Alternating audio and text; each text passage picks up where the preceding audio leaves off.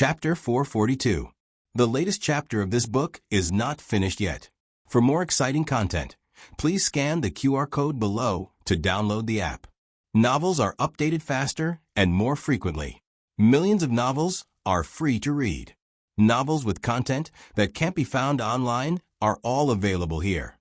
Gu Jiao returned to Clearwater Alley. Gu Yan's secret guard told her that someone had been here today. It was an expert, probably a secret guard. He had been loitering in the alley for a while, keeping an eye on their house. "Is it Mr. Ming Yu's men again?" Gu Jiao asked. Mr. Ming Yu was the one who bought little Jing Kong's golden abacus. It was obvious that he wanted to get close to little Jing Kong. He had even sent men to keep an eye on Clearwater Alley. He hadn't shown up for a long time after being caught by Gu Jiao.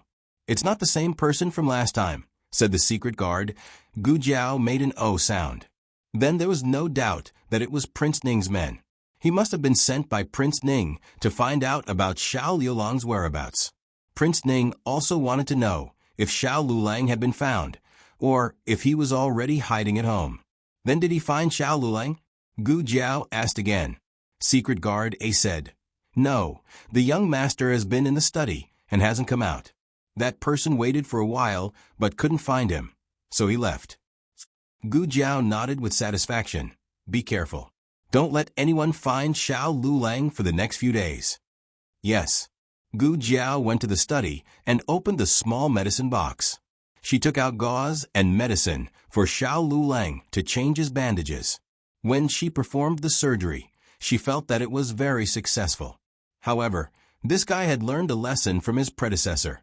The surgery on his feet was also very successful, but he could not walk. Gu Jiao was worried that he would not be able to write because of some psychological factors. Gu Jiao wondered if she should tell him that Princess Xinyang wasn't the one who set the fire that year. She hesitated, but still felt that the time wasn't right and there wasn't enough evidence. Xiao Liulang was extremely uncertain about whether Princess Xinyang still had feelings for him. He might think that Yujin or she was comforting him.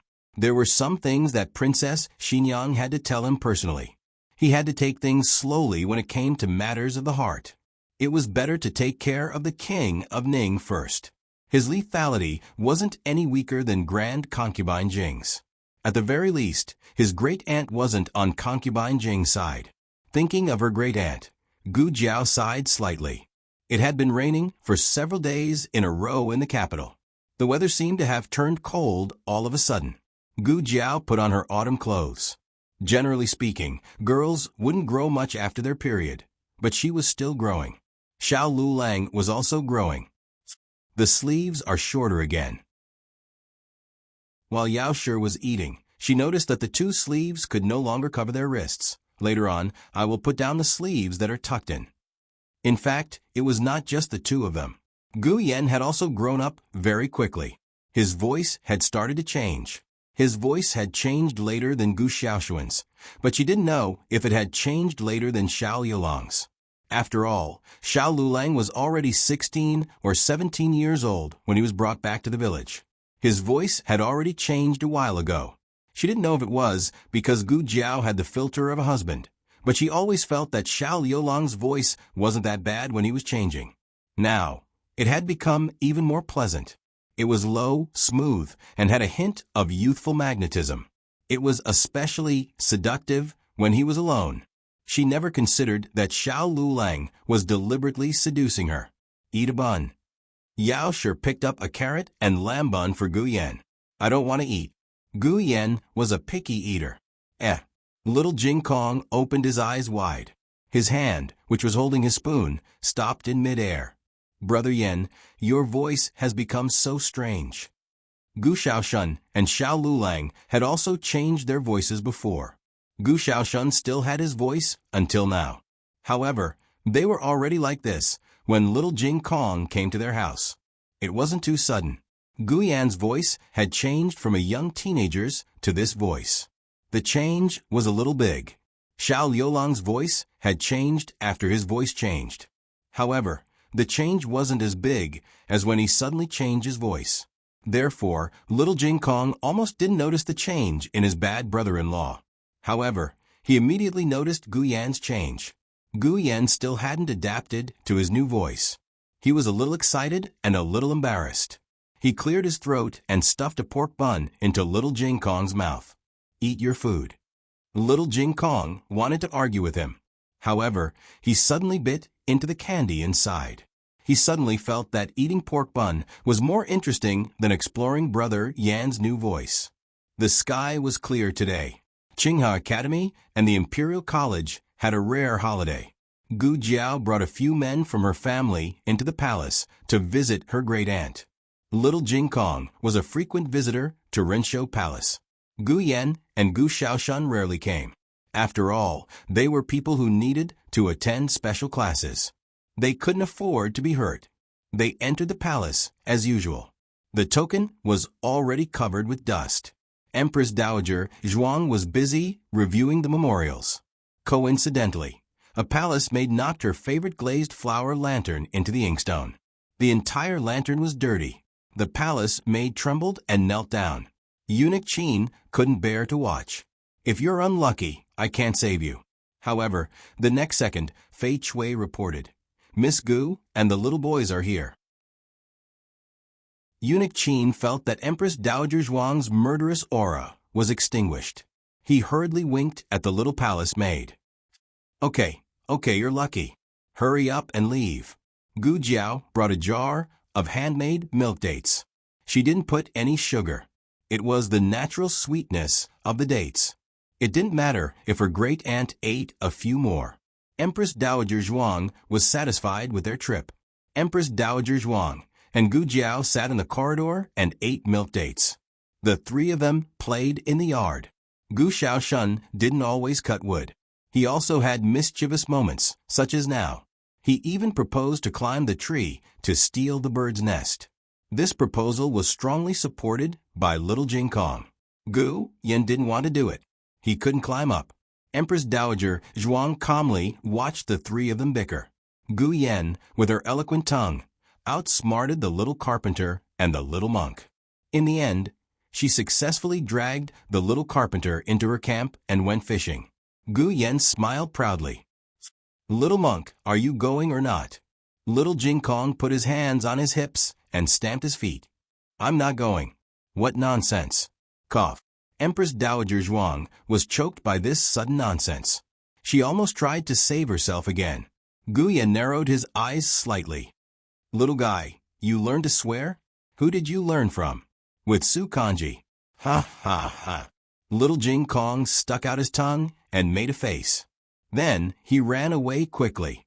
Gu Jiao looked at Empress Dowager Zhuang strangely. "Great-aunt, did you teach him?" Empress Dowager Zhuang righteously said, "How could I teach him that kind of language? Can't there be any trust between people?" She just accidentally said it once, and the youngest son of the Minister of War heard it. But she didn't teach him. It was the little guy who secretly learned it. The Renshou Palace was full of the voices of the three little men.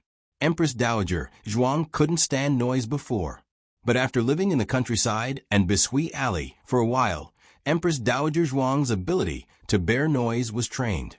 In addition, Empress Dowager Zhuang found that Gu Yan's voice had changed. Humph, the little brat was finally going to grow into a man. Little Jing Kong and Gu Xiaoshan wanted to eat fresh flour pancakes. Gu Jiao took a basket and went to the imperial garden to pick flowers. Coincidentally, the crown princess was also there. She also came to pick a few flowers. But she didn't eat them. She wanted to arrange them. Gu Jiao was alone. The crown princess was with Chunying. Gu Jiao didn't even look at the two of them. She went to the other side to pick the flowers she needed. The latest chapter of this book is not finished yet. For more exciting content, please scan the QR code below to download the app. Novels are updated faster. Millions of novels are free to read. Novels with content that can't be found on the internet are all available here.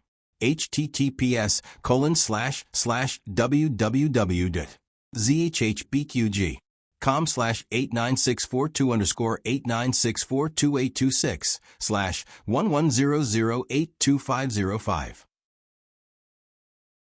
HTML genius, remember the website address in 1 second. www.zhhbqg.com Biku Go mobile reading website. zhhbqg.com.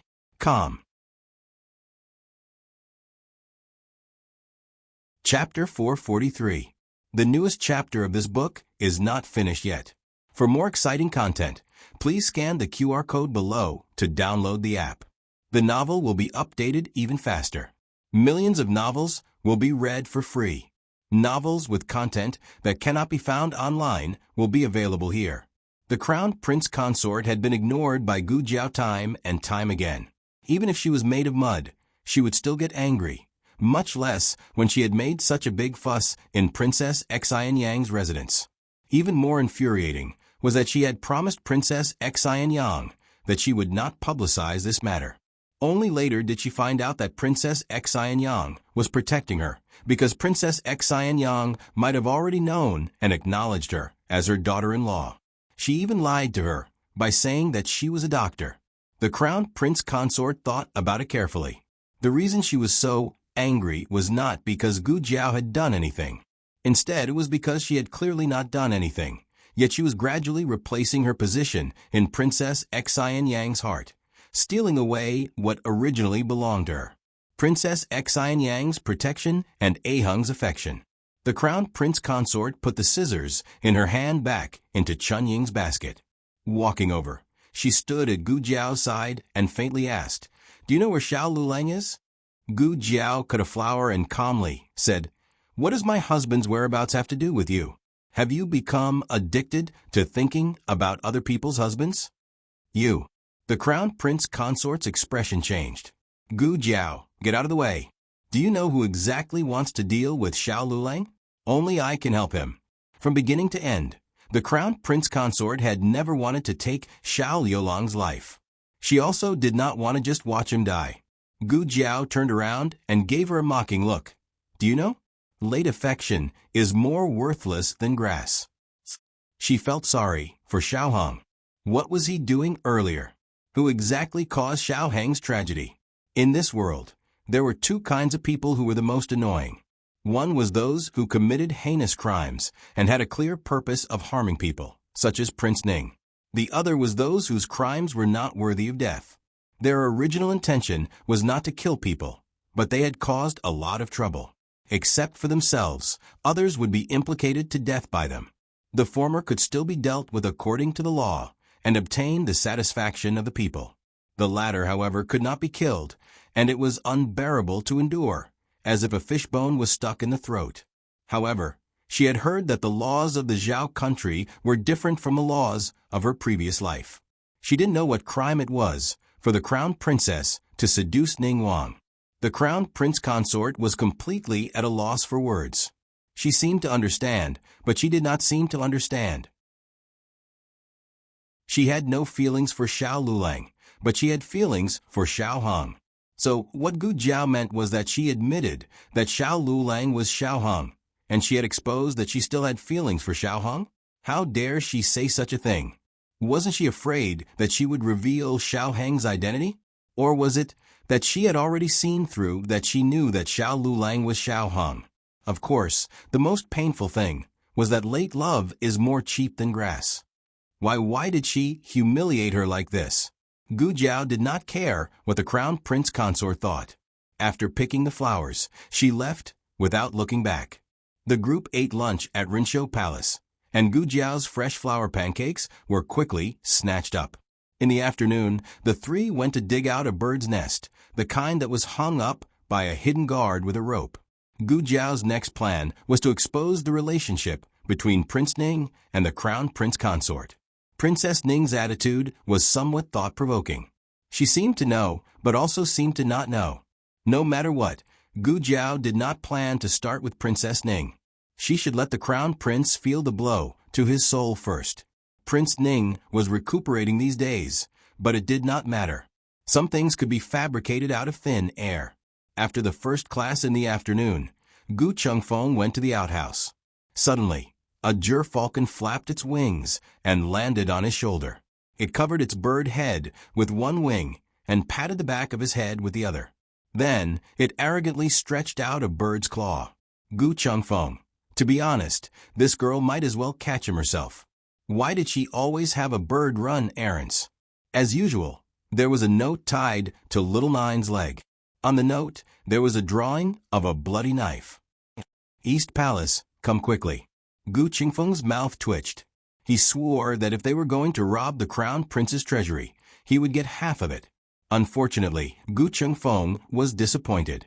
Gu Jiao was not going to rob the crown prince. Gu Jiao, have you seen the crown prince consort? Gu Chengfeng, why are you asking this? Gu Jiao, have you heard her speak? Gu Chengfeng, something is wrong with you. Gu Jiao, forget it.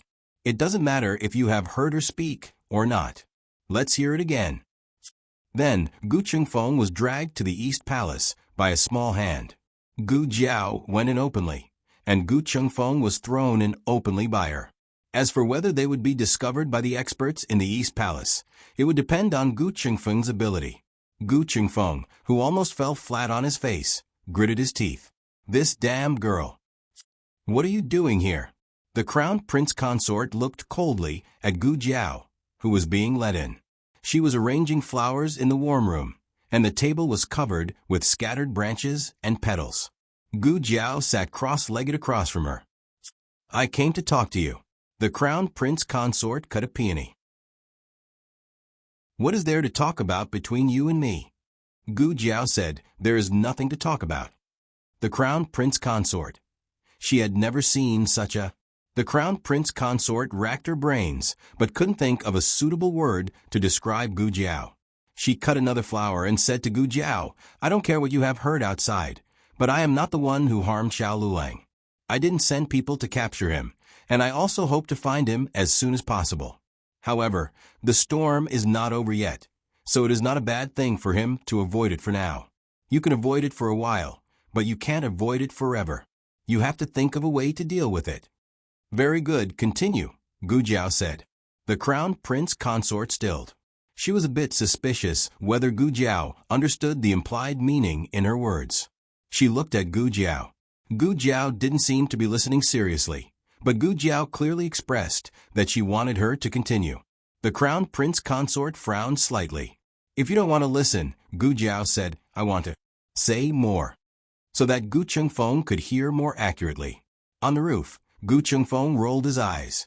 The crown prince consort continued. Gu Jiao rarely responded, or strictly speaking, her responses were very strange. Your tone is not right. Say it again, more sorrowful. I want to hear your sorrowful voice. Just now, you should have said it with a happy tone. Say it again. The crown prince consort. Why do I feel that something is wrong? The crown prince consort was a very intelligent person, but even the most intelligent person had their own thinking area. Once they exceeded this area, their subconscious would automatically ignore or accept incomprehensible oddities, and even find reasonable explanations for them. The crown prince consort said coldly, Are you here to make me happy or to stall for time to do something else? You don't want to see the crown prince, do you? Gu Jiao clapped her hands and stood up. All right. Since you are so worried, then I will leave. In any case, the crown prince consort's lesson was almost over. It was time for Gu Chengfeng to graduate. Digression. 4 more votes to break the 100 mark. Please break the 100 mark. The latest chapter of this book is not finished. For more exciting content, please scan the QR code below to download the app. Novels are updated even faster. Millions of novels are free to read. Novels with connotations that can't be found online are all available here. https://www.zhbqg.com/89642_8964282/110079744. HTML Genius, memorize this website's address in 1 second. www.zhbqg.com Biku Pavilion Mobile Reading Website. zhbqg.com. Chapter 444. The latest chapter of this book is not finished yet. For more exciting content, Please scan the QR code below to download the app. The novel will be updated more quickly. Millions of novels will be read for free. There are all kinds of novels that can't be found online. After leaving the East Palace, Gu Jiao checked the results of Gu Qingfeng's study. Gu Qingfeng refused in his heart. Gu Jiao took out a bottle of hair growth agent and got it done easily. After making sure that Gu Qingfeng was the main tool, Gu Jiao started to prepare to lure the crown prince. First, she had to choose a moment when the crown princess was alone. She couldn't let the crown princess have an alibi. Then, she could guide the crown prince to catch the adulterers. Coincidentally, Empress Xiao asked the crown princess to have dinner at the Cunning Palace in the evening. The East Palace had been busy recently, so Qin Shiyu was taken back to the Cunning Palace. After dinner, Qin Shiyu wanted to go to the Cunning Palace to find little Jinkong. Empress Xiao asked the crown princess to go with Qin Shiyu. The crown princess didn't dare to refuse and went with Qin Shiyu. The two little Cheese were crazy together. They went from the Rinshou Palace to the Imperial Garden, and from the Imperial Garden to the Supreme Liquid Pool. The crown princess was ordered to watch Qin Shiyu, so she had to follow. But she couldn't keep up with the two little guys. Soon, she lost them. The crown princess only had Chunning with her. It was easy to send her away. Gu Jiao walked over. "Do me a favor. Take it over there." The crown princess frowned. "You again? Are you haunting me?" Gu Jiao raised her eyebrows. "Are you going to help me?" If the crown princess came to ask Gu Jiao wouldn't help her. But the crown princess was different. She had a background and status, so she had to help her. The crown princess looked at Gu Jiao's basket and said to Chunning, "Take it for Dr. Gu." "Yes." Chunning took the basket reluctantly and walked towards the pavilion with Gu Jiao. Gu Jiao walked halfway and said to Chunning, "Take it to the Rinshou Palace. I want to pick some fruits." Chunning choked. Didn't she say she only wanted to take the pavilion? Why did it become the Rinshou Palace? "My crown princess is there alone. I'm worried. I'll ask her to pick fruits with me, okay? That's why I'm worried." Chun-Ing muttered in her heart, but she didn't dare to show it on her face. This was the Imperial Palace, and Qin Shiyu and the servants were nearby. Chun-Ing knew that Gu Jiao wouldn't dare to do anything, so she left with the basket. Gu Jiao wouldn't really tell the crown prince consort to pick the fruit. She turned around and headed towards the imperial study. Today, the crown prince was in the imperial study. Eunuch Qin had given him a message. When Gu Jiao arrived at the imperial study, the crown prince had just come out. The crown prince looked at her strangely. "Why are you here? What are you doing here? Is the imperial study a place where people like you can enter?" The crown prince's impression of Gu Jiao was that she was Xiao Liulong's wife, that she was ugly, that she grew up in the countryside, that she was a lowly little female doctor, and that he didn't know what kind of luck she had to obtain the favor of His Majesty and the Empress Dowager. In short, he didn't think highly of Gu Jiao. Gu Jiao didn't mind the crown prince's attitude towards her at all. He came out, so she didn't have to make up an excuse to bring him out. "I was passing by," Gu Jiao said without changing her expression. "Is the crown prince going back to the Eastern Palace? I just encountered the crown prince consort near the Supreme Liquid Pool." The crown prince was going back to the Eastern Palace, but when he heard that the crown prince consort was at the Supreme Liquid Pool, he changed his mind and went straight to the Supreme Liquid Pool. Gu Jiao went in the same direction as him. The crown prince frowned and asked impatiently, "Why are you following me?" Gu Jiao raised her brows and said, "I'm not following your highness. I'm also going to the Supreme Liquid Pool. My younger brother is playing with the 7th prince near the Supreme Liquid Pool." The crown prince had heard of Qin Shiyu's new friend, the little guy called Jinkong. The crown prince frowned but didn't say anything. The two entered the inner palace together. When they passed by a fake mountain between the Palace of Earthly Tranquility and the Palace of Eternal Life, Gu Jiao suddenly stopped in her steps. "Your Highness," she called him in a small voice. The crown prince was extremely impatient and asked her in an exasperated tone, "What?" Gu Jiao pressed a finger to her lips and made a shushing gesture. There's movement behind the fake mountain, listen. The Crown Prince wasn't a very cold person in general and wouldn't ignore what was happening around him. When he heard Gu Jiao's words, his brows furrowed and he stopped in his steps. Then he really did hear movement from behind the fake mountain not far away. That fake mountain was actually the former crime scene. The difference was that the corner Gu Jiao chose to eavesdrop was not the same as before. Back then, the tree she and consort Rui Wang were standing on was too far away from the fake mountain and couldn't hear clearly. Right now, she was standing on a small path with the Crown Prince and was half the distance from the fake mountain. As long as the Crown Prince wasn't deaf, he should be able to hear everything that happened behind the fake mountain. It's you? You. Why are you here? This was the Crown Princess voice. I also didn't want to come, but there was no other way. This wasn't Ning Wang's voice. Ning Wang was seriously injured in bed and was currently recuperating in the Ning Wang Fu. It would be strange if he came. I think you're crazy. This is the Imperial Palace. Coming to see me in broad daylight. Aren't you afraid of being discovered? Don't worry. My martial arts are very good. I won't be discovered. Leave. I'll leave after delivering Master's message. Master wants you to remember that you are his woman and remember your identity. Don't always hide from him. If there's a next time, he won't be able to guarantee that your relationship will be resolved. Are you threatening me? I've delivered the message, so I'm leaving. Wait. How? How are his injuries? A concerned and worried tone. If you're really worried about Master, why don't you personally visit him?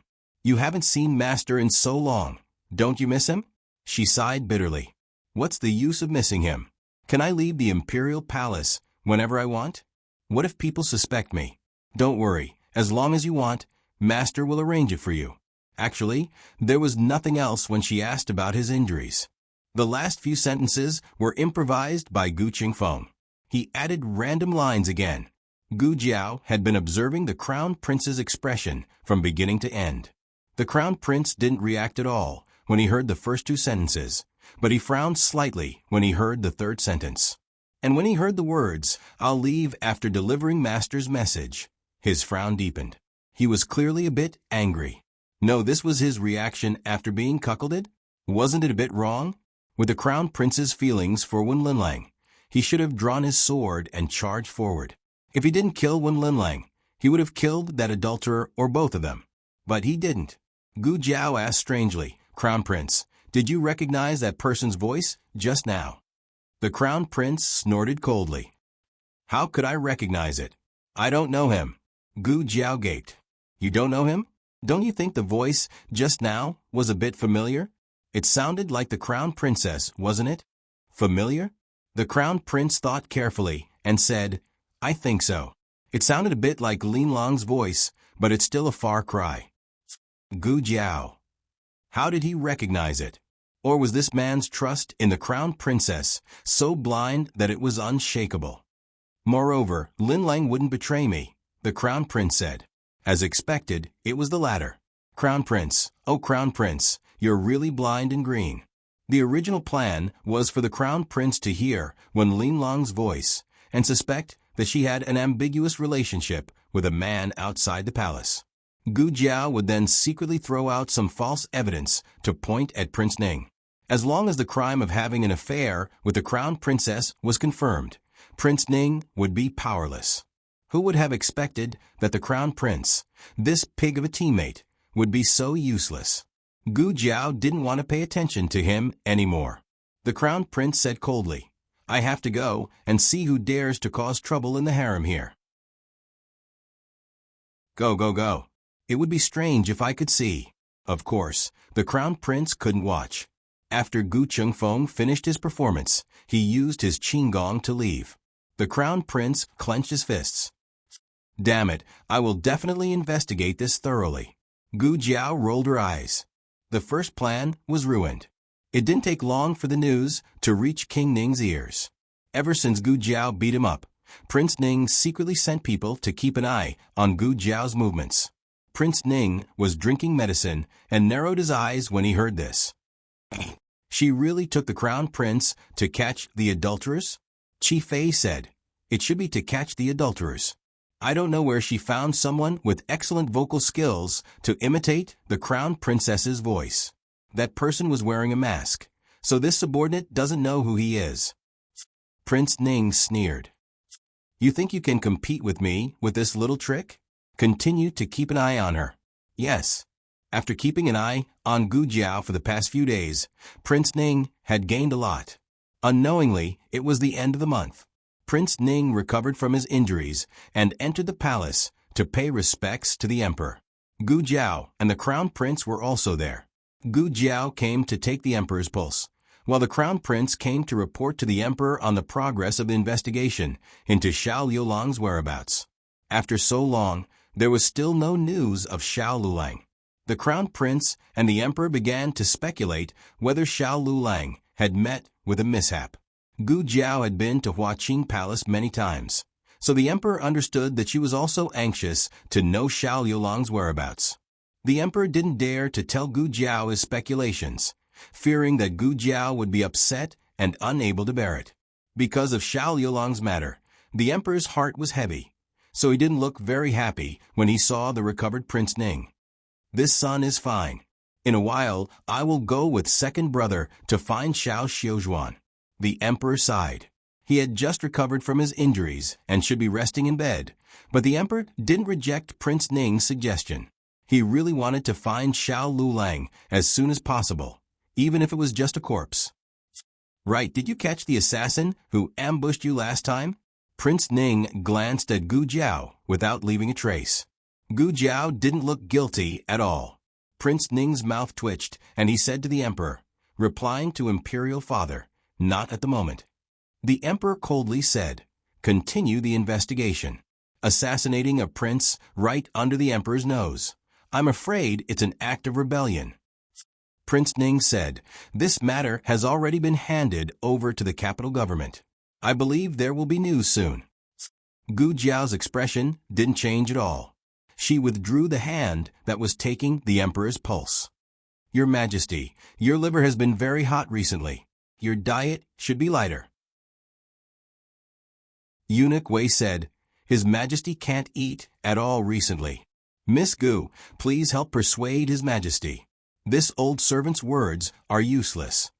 Eunuch Wei was really the best teammate. He had such a tacit understanding even when they didn't speak. Gu Jiao sighed and said, then why don't I stay and have a meal with His Majesty in a while? It just so happens that we can celebrate His Highness Prince Ning's recovery. Prince Ning gave Gu Jiao a deep look. The emperor didn't notice the undercurrent between the two. He nodded. Okay, you two brothers should also stay and have a meal. After a pause, he said, call little Qi over as well. Eunuch Wei smiled and said, His Highness, the 7th Prince, has a class today. He's in the Imperial College. The emperor patted his head in amusement. I was so busy that I forgot. Gu Jiao said, Your Majesty, the Empress Dowager likes the fresh flour pancakes I made. I'll also make some for Your Majesty to try. The emperor smiled and said, Okay. Shortly after lunch, Gu Jiao's fresh flour pancakes were also out of the oven. She personally brought the steaming fresh flour pancakes to the study room. The fresh flour pancakes were served on delicate small plates, and they were also accompanied by dried flowers and fresh flowers. They looked very good. Your Majesty. Gu Jiao picked up a piece of fresh flour pancake and handed it to the emperor, and then handed one to the crown prince. The emperor knew Gu Jiao's craftsmanship, so he ate it without saying a word. The crown prince was a little disgusted. How delicious could the food made by a country girl be? He glanced at his father and ate it reluctantly. With just one bite, his whole body was refreshed. How could this girl's craftsmanship be so good? Prince Ning sat far away, so Gu Jiao handed it to him last. Prince Ning took it, but didn't eat it. Gu Jiao asked, Why doesn't Your Highness Prince Ning eat it? Do you dislike my cooking? Prince Ning smiled. How could it be? As he spoke, he picked up the fresh flour pancake and tasted it slowly. Is it delicious? Gu Jiao asked. It tastes good, Prince Ning said warmly. Although he said so, the moment Gu Jiao turned around, he took out the handkerchief in his hand and spat it out secretly while wiping his mouth. Insignificant skill. After lunch, Prince Ning cupped his hands to the emperor. Father, it's getting late. I'll go look for Xiao Xiuzhua first. The emperor nodded. Go ahead. Although the father was very distressed about his son's health, his son's life was not in danger. At the moment, finding Xiao Yulong's whereabouts was the most important thing.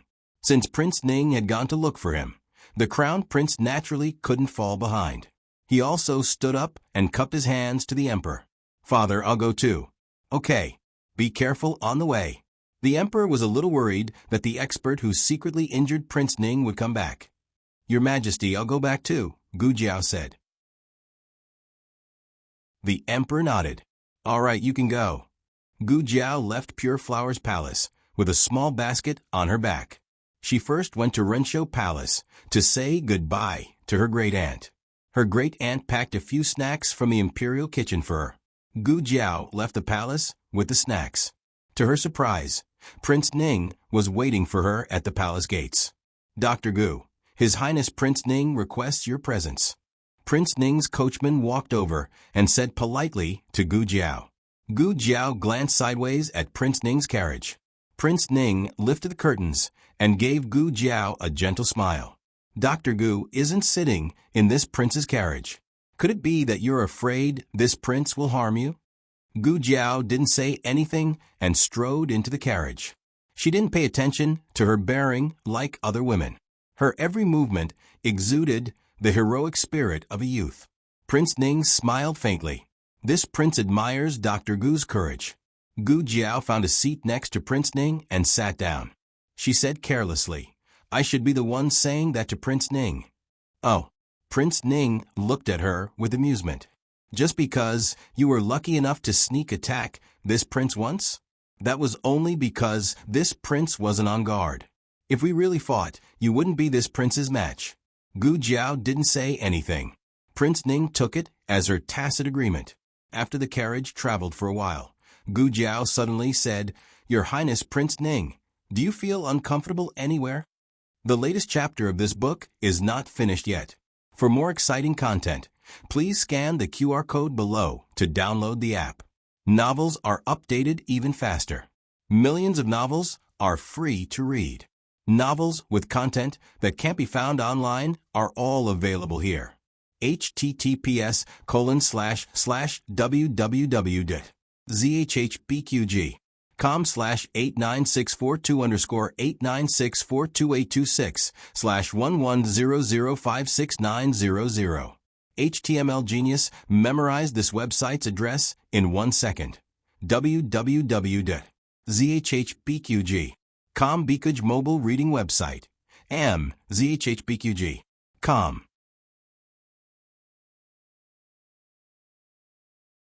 Chapter 445. The latest chapter of this book isn't finished yet. For more exciting content, please scan the QR code below to download the app. Novels will be updated even faster. Millions of novels will be read for free. There are novels with connotations that can't be found online here. When Ning Wang heard this, he instinctively became vigilant, but he quickly ruled out this guess. Did you really drug this prince? But I'm afraid I'll have to disappoint you. This prince didn't eat your fresh flour pancake. Gu Jiao sighed faintly. It's right that you didn't eat it. You'll feel uncomfortable soon. Ning Wang frowned.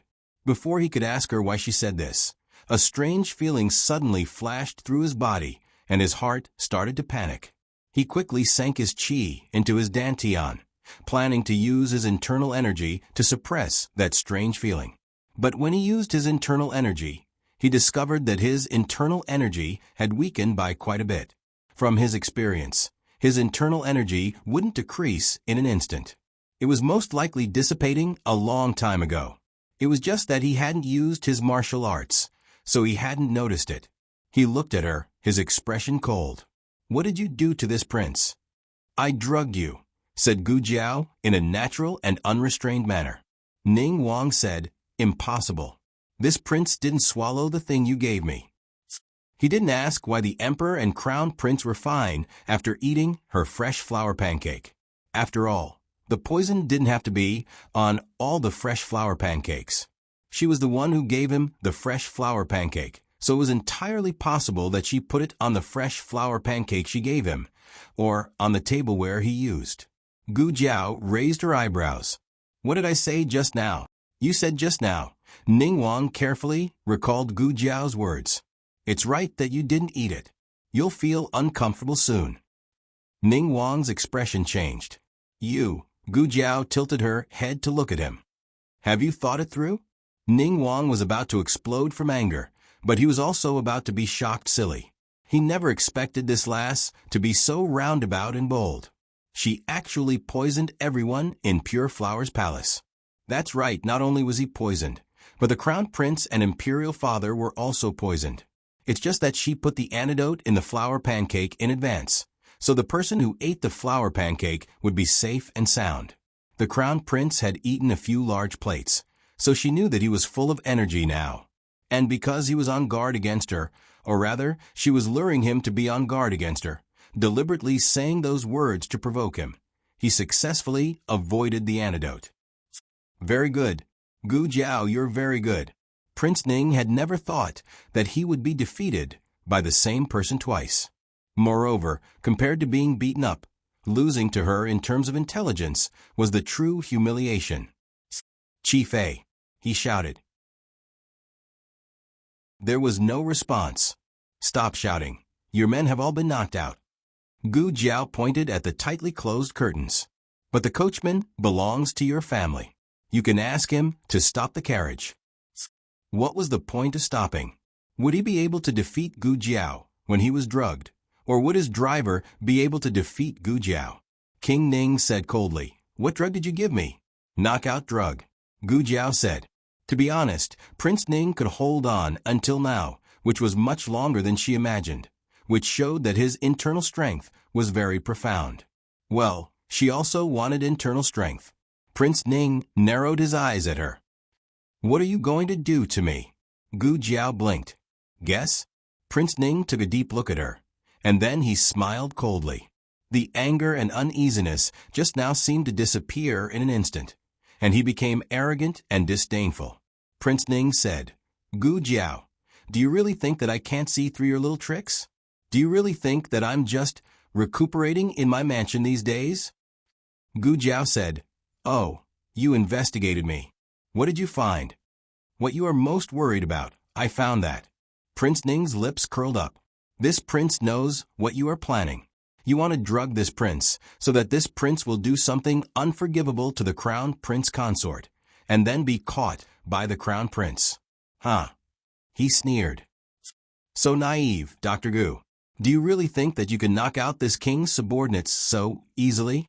Gu Jiao looked up at him. Prince Ning pointed at himself. I am the eldest son of the imperial family and have been in the middle of the whirlpool of imperial power since I was young. How do you think I have survived until now? How did I become imperial father's most beloved and valued son? Just because I am the eldest son? Dr. Gu, I said that you are still young, and there are many things that you don't understand. You are still too inexperienced to fight with me. Gu Jiao frowned. Her ears hurt from listening to his bullshit, but it could be summed up in a few words. I am going with the flow. Was it that hard to speak like a normal person? Gu Jiao looked at him with disdain. She took out a syringe that she had prepared from her sleeve, pulled out the needle cap in front of him, and pushed the syringe. When Prince Ning saw this, his heart instinctively filled with the fear of being pierced by needles. Last time, she had used this kind of hidden weapon to instantly numb his body. He didn't know what kind of poison was used in this hidden weapon, but it was even more effective than knockout drugs and anesthesia soup. Relax, it's not anesthesia.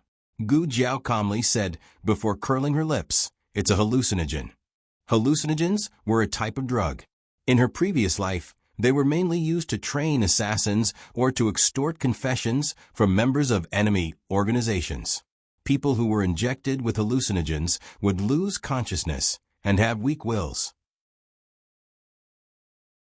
Some people would be immersed in the illusion unable to hear or see the outside world. Some people would be able to react to the outside world, so it would be easier to get information out of them. She just didn't know which type Prince Ning would fall into after being injected. Gu Jiao's lips curled into a wicked smile. Prince Ning's body trembled. The emperor was afraid of needles. Unfortunately, Prince Ning was also afraid of needles. As expected, of father and son. Prince Ning's entire face turned white. Gu Jiao, you better not act rashly. Otherwise, you won't be able to bear the consequences. Gu Jiao said unconcernedly. Oh, what consequences? Prince Ning smiled coldly. For example, why don't you go home and see if Xiao Lulang is still there? Gu Jiao's injection stopped. Eastern Palace. The Crown Prince had just returned from outside. The Imperial Guards were still waiting for him outside. His clothes had just been scratched, so he had to change his clothes and go out again. Just as he stepped into the bedchamber, Chunying stumbled over with a pale face. Your Highness, it's not good. The Crown Princess is missing. The Crown Prince frowned. Speak clearly. Why is Lin Lang missing? Chunying choked. This servant followed the Crown Princess to Zhuke Street to visit Princess Xinyang. On the way back, the Crown Princess said she was going to buy some refreshments for your Highness. So this servant went to buy them. But when this servant came out of the tea house, the Crown Princess was no longer in the carriage. The Imperial Guards and driver were all knocked unconscious. In a dark room, the doors and windows were tightly shut, and the smell of incense rose in spirals. The Crown Princess slowly opened her eyes and looked around in confusion. Suddenly, she found herself lying on a soft bed. It took her a long time to adjust to the dim light in the room. Then, she found a person lying next to her. A man. The man's eyes were slightly closed, as if he had fallen into a deep sleep. After she saw the man's appearance, a light flashed through her eyes. She sat up and stared at the sleeping Xiao Lulang. Hung, is that you? Xiao Lulang did not respond. It's you, right? You really came back. You came back to find me. Why aren't you saying anything? Are you angry at me? Sorry, I didn't do it on purpose. I didn't want to hurt you. After you left, I was very sad. Seeing you again, I finally understood that the person in my heart has always been you. I really regret not being able to marry you. Don't like anyone else. Don't like her. She's not worthy of you. The Crown Princess softly said, lovingly stroking Xiao Liulang's cheek. Being able to see you like this is really good. In the future, don't leave me again. Xiao Liulang's eyes had opened long ago, but unfortunately, his expression was sluggish. It seemed that he did not hear a single word the Crown Princess said. The Crown Princess gently smiled with a trace of a young girl's shyness. Pulling away his arm, she gently lay down in his embrace. Her hand wrapped around his strong waist, and she sweetly called out, Let's never separate again, all right? In the future, let's live happily, all right? Xiao Lulang finally reacted. Holding her tightly in his embrace, he blankly responded, All right. The Crown Princess smiled with incomparable sweetness. Xiao Lulang called out a person's name. She did not hear it clearly, but she did not seem to mind at this moment. As long as Hung was with her, she would be with her forever. She did not care about anything else. Hung was hers. Hung pressed her down. However, at this moment, the door was kicked open with a bang. The Crown Prince's face was dark as he charged in. The loud noise caused the Crown Princess to be startled. As she suddenly woke up from her illusion, she looked at the Crown Prince, who was standing in the doorway, filled with anger. She then looked at Xiao Lulang, who was tightly hugging her. Wait a minute. This is not Xiao Lulang. It's Prince Ning. The newest chapter of this book is not finished yet. For more exciting content, please scan the QR code below to download the app. Novels are updated at a faster rate. Millions of novels are free to read. Novels with content that cannot be found online are all available here. https://www.zhpqg.com/89642_8964226/11005687 HTML genius memorized this website's address in 1 second. www.zhhbqg.com Biku Pavilion's mobile reading website. zhhbqg.com.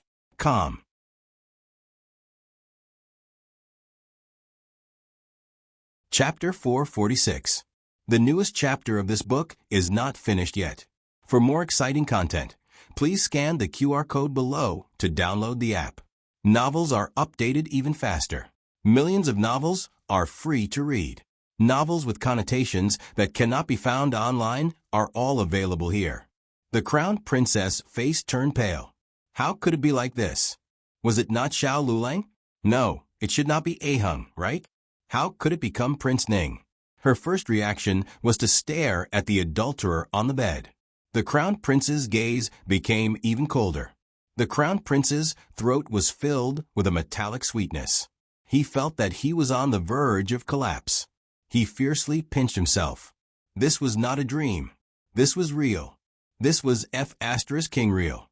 His Lin Lang, the sincere and gentle Lin Lang, the knowledgeable Lin Lang, the Lin Lang that was in harmony with him. How could she do this sort of thing with another man behind his back? Everything happened too quickly. He did not even have time to react. In his great shock, all the blood in his body seemed to have frozen. Every word that Wen Lin Lang said was like a knife, fiercely stabbing at the Crown Prince. If he said it hurt, it did not seem like it. If he said it did not hurt, he would not be able to straighten his body.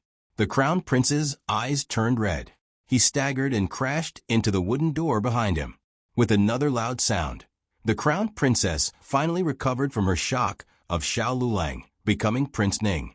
Only then did she realize that her absurd actions and crazy words had been heard and seen by the Crown Prince. Her mind was a little chaotic. Those words did not seem like they came from her. She could not say such explicit words. But she had said them. What exactly was going on? There was also Prince Ning and the Crown Prince. Everything was filled with an inexplicable strangeness. But the situation was urgent, and she did not have the time to sort it out. She looked at the Crown Prince, who looked as if he had been struck by lightning. Her gaze moved, and she pulled up her clothes without leaving a trace. Following this, she got out of bed and arrived in front of the Crown Prince with red eyes. Reaching out, she grabbed the Crown Prince's hand. "Your Highness, let me explain." The Crown Prince almost subconsciously avoided her. Dodging like this, he could not avoid crashing into the door again. The place that had hurt earlier felt double the pain. This pain caused him to instantly wake up. He looked at Wen Lin Lang in disbelief, his face full of hurt. Why did you do this? Why would he do that? She didn't want to do that at all. God knows what happened. She just went out to buy some things. How did she suddenly lose consciousness? When she woke up, it was already. The Crown Princess complained tearfully. "Your Highness, believe me. I don't know what happened to me either. I was assassinated," the Crown Prince said. "Assassination. Did someone put a knife to your neck and force you to say those words? Did someone tie your hands and feet to prevent you from escaping? You were willing, Wen Lin Lang. This monarch heard everything. You said you had him in your heart. He's the one you've always liked." As the Crown Prince spoke, he was on the verge of collapse.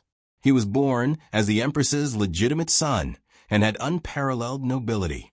Furthermore, he had Marquis Schwamping's powerful uncle backing him up. He could get whatever he wanted and had never suffered any setbacks. He wasn't as naughty as little Chi, so he didn't receive much punishment. His life had been smooth sailing for more than 20 years. Now that there was such a drastic change, it was as if even the sky had collapsed. "Who is the adulterer?" he asked with bloodshot eyes. The Crown Princess trembled and reflexively moved a step to the right to block the Crown Prince's line of sight. The Crown Prince recognized her because he recognized her voice. In reality, the room was too dark, so the Crown Prince didn't see that the person on the bed was Ningguang. No matter how confused the Crown Princess' mind was, she knew that she couldn't let the Crown Prince discover that the man was his older brother. Otherwise, this wouldn't be a normal misunderstanding. It would be a calamity. The Crown Prince wasn't usually so sensitive, but he was provoked today and noticed the Crown Princess' imperceptible movements. It didn't matter if his heart was broken or if his pride as a man was hurt. In short, he didn't even have any pity for Wen Linlang right now. He rudely pushed the crown prince consort aside and strode forward. Gu Jiao had injected Ning Wang with a larger dose, a whole 2 times, so he woke up a bit later than the crown princess. He more or less understood what was going on. He thought that he could beat Gu Jiao at her own game, but he didn't know that he had fallen into the other's trap from the moment he had this idea. He could find Xiao Liulang's whereabouts because Gu Jiao told him to find Xiao Liulang's whereabouts. The person he had the hidden guards take away probably wasn't the real Xiao Liulang, but a substitute. Ning Wang had guessed correctly about this point. This was the inspiration that Dual Blade sect gave Gu Jiao. There was something called a human skin mask in the Jianghu. The main material was fish glue and fish skin, and it was very realistic. If one didn't look carefully, they wouldn't be able to see it. If one moved too much, they would be exposed. But it would be fine if they were careful. The person who replaced Xiao Liulang and was taken away was Gu Qingfeng. He had already escaped without a trace by now. Ning Wang knew that the crown prince was walking towards him. He knew that he couldn't let the crown prince see him. Otherwise, he wouldn't be able to wash away his crime no matter how favored he was. He grabbed the blanket on his body and abruptly covered the crown prince's head the moment he approached. Immediately after, he got off the bed and quickly walked out the door. But then he heard a thud as he fell face first onto the ground. F***CK, who tied his feet up. This fall wasn't light, and Ning Wang's brain was muddled. The crown prince was so busy that he was in a mess. After a long time, he finally pulled the blanket off his head. His hair crown had been pulled loose, and his hair was a mess. He cut a sorry figure. He didn't care about his royal bearing, and first stretched out his leg to fiercely kick the other party. Sneak, attacking the crown prince. Tired of living. No, he had already F***king slept with his woman. Wasn't he tired of living? Good, good, good. This monarch wants to see who exactly this audacious adulterer is. It was already impossible for the crown princess to pounce over. After all, she didn't know martial arts and couldn't stop the crown prince. As for Ning Wang, he was already muddled from a fall. What else could he do? The crown prince couldn't be bothered to use his hand to grab him, so he added another kick and flipped the other party over. It didn't matter if he didn't look, but when he did, he was struck by lightning again. Big brother? The shock of discovering that the adulterer was Ning Wang was even greater than the shock of discovering that the crown princess had cuckolded him. He couldn't accept the reality in front of him. Ning Wang took advantage of his daze to grit his teeth and take out the dagger at his waist to cut the ropes around his feet. Actually, there was nothing that couldn't be salvaged with just a glance. At most, Ning Wang would tell the crown prince afterwards that he was innocent, and the adulterer was just wearing a human skin mask similar to his. Ning Wang had only said good from beginning to end. From the crown prince's reaction, he didn't recognize his voice. His top priority was to quickly leave this place and think of a way to prove his alibi. But the crown prince pulled him back. "Big brother, is that you?" the crown prince asked dazedly. Ning Wang turned his face away and didn't look at the crown prince. But the crown prince rolled up his right sleeve. When Ning Wang was 11, he had once taken his younger brothers to ride horses. At the time, the crown prince and Rui Wang had been young, only 8 years old. Their horses had collided, and they had almost fallen off their horses. In order to save them, Ning Wang had been injured. The crown prince remembered that there was a long scar on Ning Wang's right forearm. After so many years, the scar had faded a lot, but it could still be seen. The moment he saw the scar, the crown prince finally couldn't hold back his tears, and they fell with a plop. Why? Big brother. Why his heart was in so much pain. Why Linlang? Why big brother? Although he and his big brother weren't born of the same mother, he had always respected his big brother's character. He didn't dislike this big brother, and he had never thought that, as the crown prince, he would do anything to him. Even if his empress mother warned him day and night that noble consort Zhuang and Ning Wang had to be on guard, he had never really taken it to heart. Today's unforeseen event was very sudden for anyone. It was as if all the cloths covering one's shame had been pulled down overnight. The ferociousness and ugliness within the imperial family were completely exposed at this moment. The crown prince was too well protected.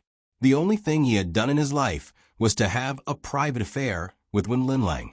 However, that was also due to love. He got along with her as a friend. Before marrying Wen Linlang into the Eastern Palace, he had never touched a single strand of Wen Linlang's hair. If Xiao Hong hadn't died, if he and Wen Linlang hadn't gotten married, no matter how much he missed her, he wouldn't have used such a method to get involved with her. He couldn't understand Ning Wang's actions. Of course, he couldn't understand Wen Linlang either. These two people, what did they take him for? You guys disappoint me too much. He choked with sobs and raised his hand to wipe the tears in his eyes. He turned around and left angrily. He couldn't let him spread this matter. In a flash, Ning Wang's brain and body reacted at the same time. He took a step forward and pulled the crown prince back. He said coldly to Wen Linlang at the door, "Close the door." The latest chapter of this book is not finished. For more exciting content, please scan the QR code below to download the app. The novel will be updated even faster. Millions of novels will be read for free. There are all the novels that can't be found online here. https://www.zhbqg.com/8964-2_8964-286/1100534338. HTML Genius remembered the website address in a second. www.zhbqg.com Biku Pavilion Mobile Version Reading Website. zhbqg.com.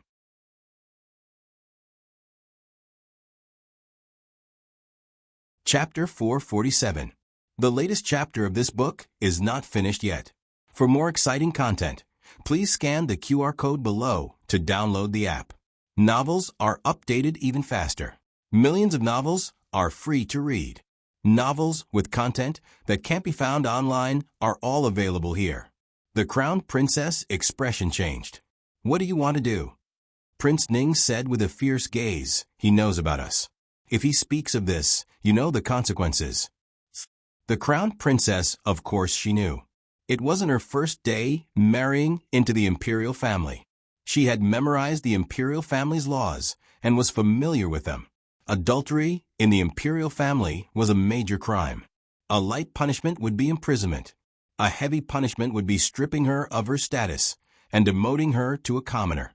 If the emperor was angrier, it wasn't impossible for her to be sentenced to death. But the crown princess looked at the dizzy crown prince who had been thrown to the ground by Prince Ning and hesitated for a moment. Prince Ning shouted, "What are you hesitating for? You aren't betting on how sincere the crown prince is to you, right? What misconception did his endless tolerance for you give you, that he would still forgive you even after you betrayed him?" Yes, the crown princess did plan to do so. When a person had no bottom line for their indulgence, they would have the misconception that they could be forgiven for anything they did. She didn't go to close the door, but Prince Ning did.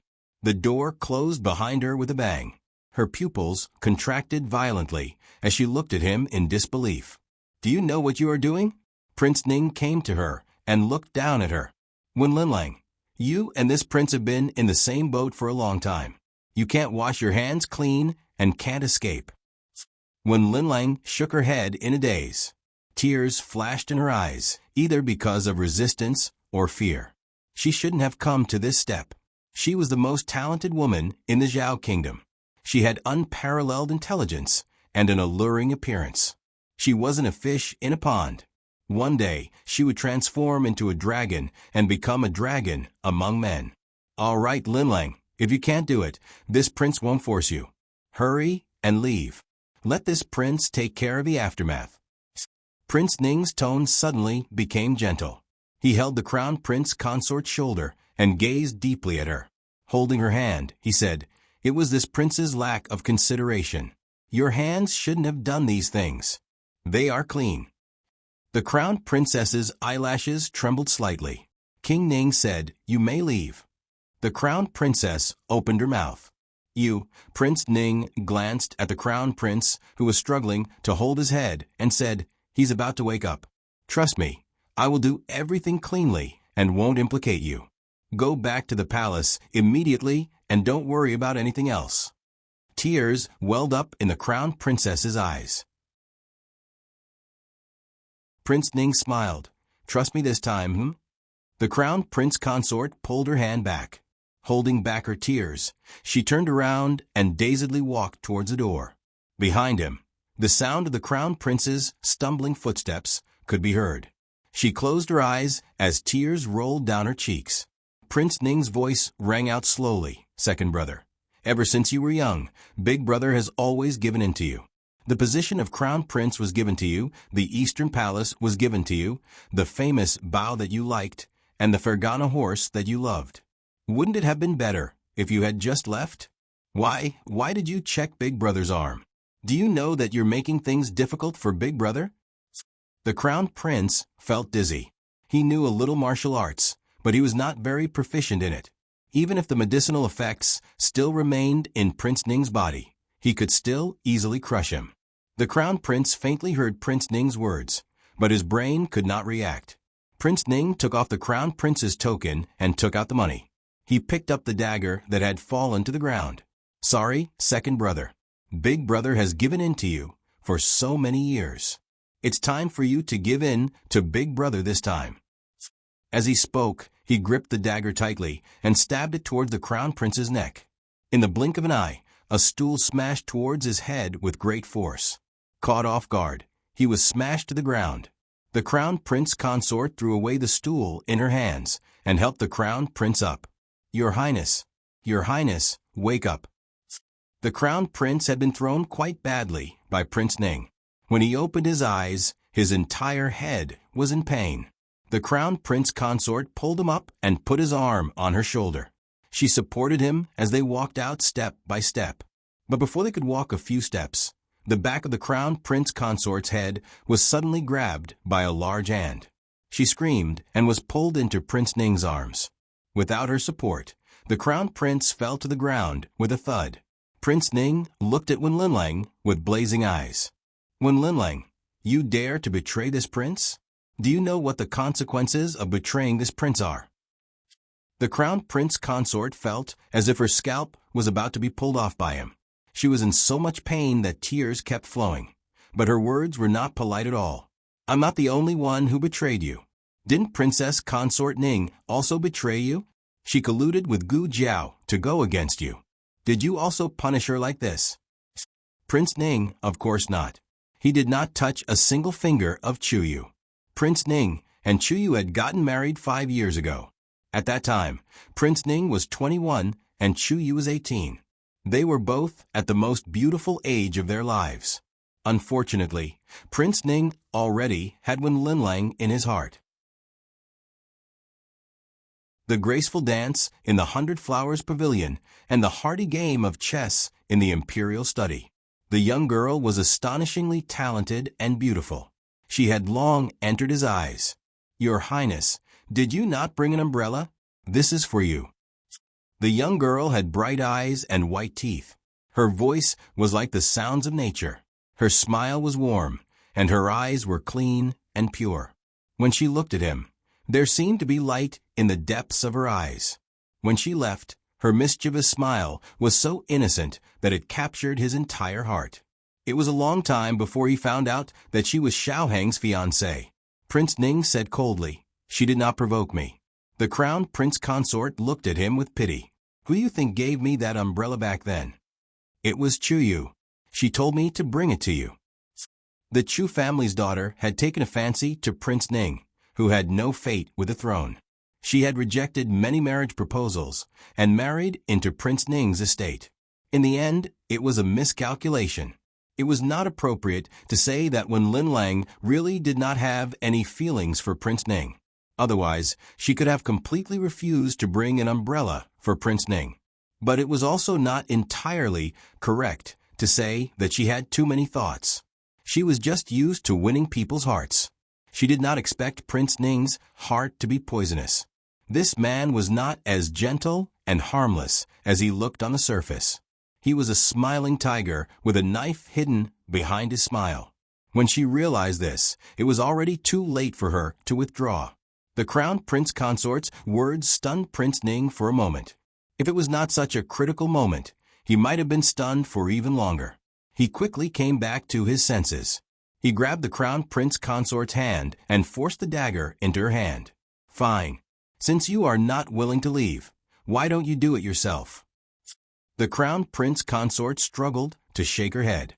However, she was not Prince Ning's match. Prince Ning grabbed her wrist and forced her to point the dagger at the Crown Prince's heart. Wen Linlang used the last of her strength to resist Prince Ning. She could not kill the Crown Prince. Empress Xiao and Marquis Xianping would tear her apart. At least Prince Ning had the protection of the Zhuang family and the Empress Dowager. What did she have? She only relied on the Crown Prince's favor and her identity as the Crown Prince Consort. If she lost even this, she would be completely powerless to reverse the situation. Your Highness, please leave quickly. The Crown Prince finally regained some consciousness. He watched in horror as Prince Ning grabbed the Crown Prince Consort's hand and stabbed it at him. He did not know where he got the strength from, but he actually kicked the two of them down. Then he scrambled toward the door. But before he could even cross the threshold, he was pulled back by Prince Ning. The Crown Prince trembled as he looked at him. Eldest brother, Prince Ning grabbed his neck and raised the dagger in his hand. Stop. A familiar shout came from the corridor across the street. Immediately after, a tall and powerful figure flew over. He grabbed Prince Ning's dagger with one hand and grabbed the Crown Prince from Prince Ning's hand with the other. It was the Dragon Shadow Guard. Not to mention that Prince Ning had been drugged. Even if he had not been drugged, he was not the Dragon Shadow Guard's match. The Dragon Shadow Guard only used an instant to subdue Prince Ning. He found a suitable place to place the limp Crown Prince and made him freeze on the spot.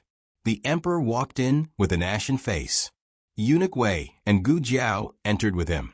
Prince Ning knew that Gu Jiao would bring people to catch the adulterers, but he thought that person would be the Crown Prince. He never expected that Imperial Father would also be here. To be precise, she had personally brought him here. The Emperor's expression was extremely cold. He clenched his fists tightly and used all the strength in his body to stop his body from trembling. If he did not see it with his own eyes, who would believe that the two brothers would be like this? This was his most beloved eldest son. He was the pride of his life. It was true that he had appointed Qin Chui as the Crown Prince, but if Qin Chui really could not take on such a big responsibility, he had seriously thought that he could change Qin Chuan to the Crown Prince before he died. But now look at what this eldest son had done. Unfilial son. The Emperor slapped Prince Ning in the face. The latest chapter of this book is not finished. For more exciting content, please scan the QR code below to download the app.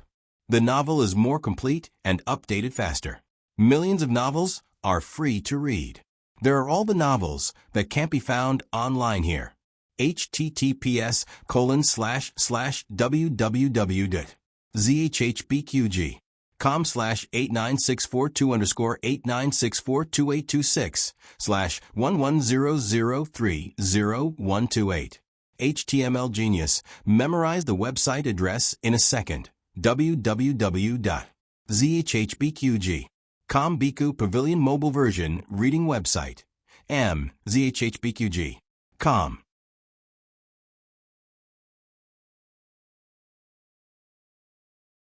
Chapter 448. The newest chapter of this book is not finished yet. For more exciting content, please scan the QR code below to download the app. Novels are updated even faster. Millions of novels are free to read. Novels with content that can't be found online are all here. There are many things that if you don't see, you may never guess in your entire life. The Emperor had high hopes for King Ning, but now he was disappointed. He used almost all of his strength in this slap, carrying endless shame and anger. It made King Ning bleed from the corner of his mouth. Gu Jiao felt that the emperor didn't even use this much strength when he was running for his life. Ning Wang started to panic the moment the dragon shadow guard appeared. However, after being slapped, he calmed down instead. He casually wiped the blood from the corner of his mouth and sneered at Gu Jiao. He then looked at the angry emperor and said mockingly, "Imperial Father didn't even ask what happened and decided that it was my fault.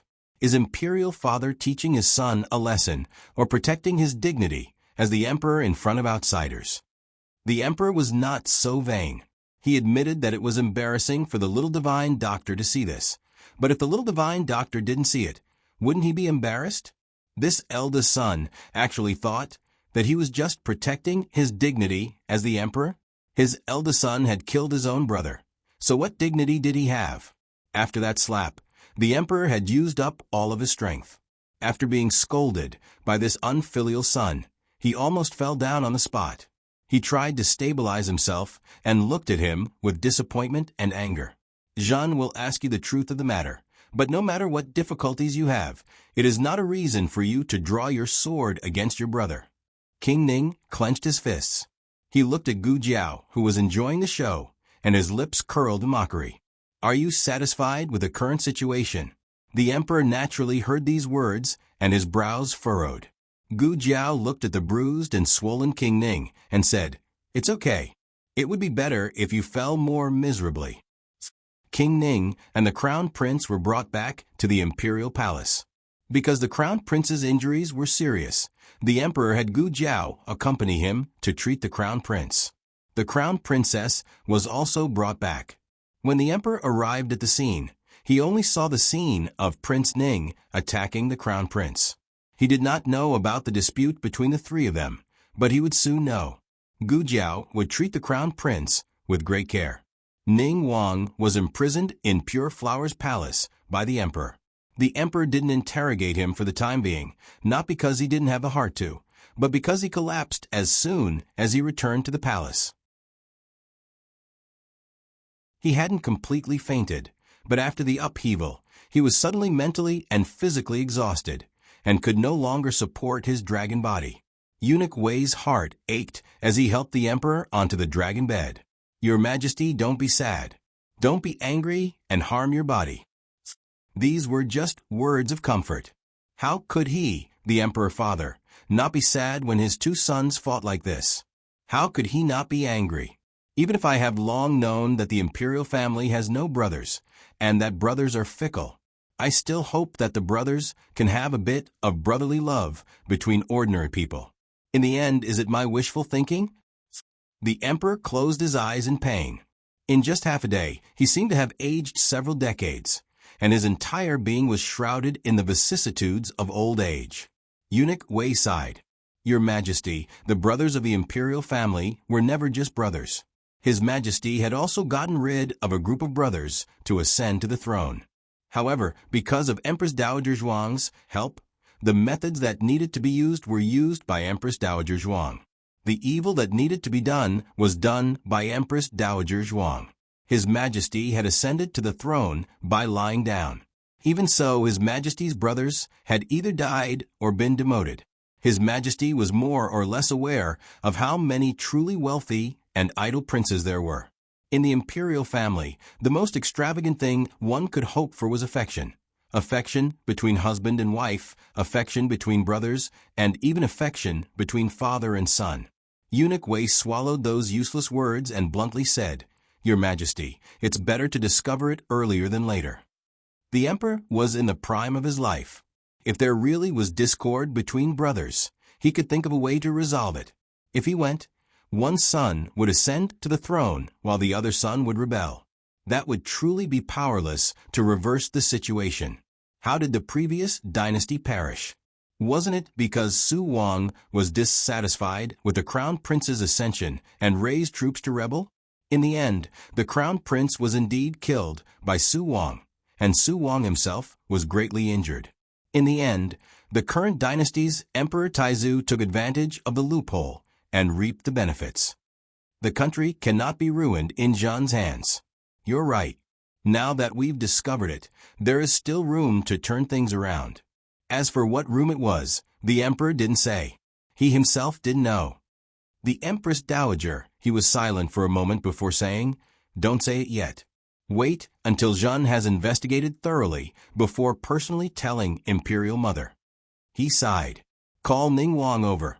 In the Eastern Palace, Gu Jiao finished treating the Crown Prince's injuries. The Crown Prince had woken up once midway. His mood had fluctuated greatly, so Gu Jiao injected him with a tranquilizer. Right now he was still hooked up to an intravenous drip. She didn't let anyone come in to disturb him. She only packed up and left after giving the Crown Prince the intravenous drip. The Crown Princess also suffered some injuries, but they were all minor injuries. She had been waiting outside the door. Chunying had disappeared after betraying her for the second time. In reality, she should have guessed that if Chunying could be bribed by Ning Wang, it wouldn't be hard for her to be bribed by others. "It was you, wasn't it?" the Crown Princess asked as she looked at Gu Jiao, who came out with a small medicine box. Gu Jiao looked at her strangely. "What was me?" the Crown Princess said coldly. "It was all you. You were the one who knocked me out. You were also the one who bribed Chunying to lure the Crown Prince over." She had disappeared near the tea house. Even if Chunying really wanted to report, she would have gone to Ning Wang. After all, she had a private relationship with Ning Wang, so it couldn't be ruled out that Ning Wang had taken her away. However, Chunying went directly to find the Crown Prince. Wasn't this clearly giving the Crown Prince a chance to discover her relationship with Ning Wang? If you think so, then do as you wish. Gu Jiao didn't care about this. She was the one who knocked the Crown Princess out, but she wasn't the one who bribed Chunying. It was Yuan Tang. Yuan Tang was also the one who dealt with Ning Wang's subordinates. Ning Wang caused one of Lu Yixing's fingers to be chopped off. Yuan Tang had to take revenge for this no matter what. The Crown Princess gritted her teeth and said in a low voice, "Don't make it sound like you didn't do it. What drug did you give me? Why would I say those things?" Gu Jiao was a bit curious about what she said. She had also injected the Crown Princess with a hallucinogen. To a certain extent, it did make people bolder and more shameless than before. After all, people had rationality and shame when they were sober. However, this drug couldn't be made out of nothing. In other words, no matter how explicit Wen Linlong's words were, they were indeed her true thoughts. Gu Jiao ignored her and walked down the steps. The Crown Princess pinched her fingers. "Dr. Gu, how did I offend you? Why do you have to target me like this?" "I target you?" Gu Jiao was almost confused by the question. From beginning to end, she had never purposefully targeted Wen Linlang. Even now, if it wasn't to overthrow Ning Wang, she wouldn't care who Wen Linlang was having an affair with. The Crown Princess hesitated for a moment, and then looked into Gu Jiao's eyes. She said, "You don't seem to like me very much from the beginning." This person was baffling. Gu Jiao asked, "Why do I have to like you? If I don't like you, then I'm targeting you. Where did you get this bad habit of spoiling me?" The Crown Princess choked hard. No one had ever said such a thing to her. When she was young, she had received a piece of chestnut cake that only her brothers could eat because of her sweet mouth. From then on, she knew that it was important to capture other people's good impressions. And she seemed to have a talent in this area. As long as she was willing, there was no one she couldn't please. But this Marquis Fu's daughter, who grew up in the countryside, always treated her with disdain. She thought too much. Gu Jiao wasn't like this to her. Gu Jiao was like this to everyone. It was just that Gu Jiao didn't care if other people liked her or not. The Crown Princess said, "Are you jealous that Aheng and I had an engagement? Aheng used to treat me very well." Gu Jiao, oh, she didn't care. She didn't care at all. The Crown Princess looked at her in disbelief. She didn't understand how she managed to not care. It couldn't be that she still didn't know Xiao Liulang's true identity. Gu Jiao turned to look at her, her expression solemn. "I care about him and the people he cares about, but you aren't among the people he cares about." The Crown Princess's heart felt like it had been stabbed. Gu Jiao walked a few steps, then stopped. Also don't call me Aheng. You don't deserve it." The Crown Princess froze in place. The emperor's interrogation of Prince Ning didn't go smoothly. Prince Ning could directly push the blame to the crown princess, saying that she seduced him, or say that she thought he was Xiao Hong. But Prince Ning didn't do this. As a man, he could be vicious and unscrupulous, but he wouldn't push a woman out to take the blame for himself. Prince Ning knelt on the ground, not saying a word from beginning to end. The emperor angrily said, "Do you think that if you don't say anything, we won't be able to find out? When the crown prince wakes up, we will know once we ask." Prince Ning's heart was dead. Then Father Emperor can go ask. Either way, Father Emperor already won't believe son. The emperor was truly angered half to death by this son. Before this matter, this son was as obedient as he could be. What was it, now that the matter had been exposed? He couldn't even be bothered to put on an act. The emperor looked at him with disappointment and said, "If you don't even say it, how can we believe you?" Digression. Are there any more monthly tickets? The newest chapter of this book is not finished yet. For more exciting content, please scan the QR code below to download the app. Novels are updated even faster. Millions of novels are free to read. Novels with content that can't be found online are all available here. https://www.zhbqg.com/89642_89642826/110030126. HTML Genius memorized this website's address in 1 second. www.zhbqg.com Biku Go Mobile Reading Website. zhbqg.com.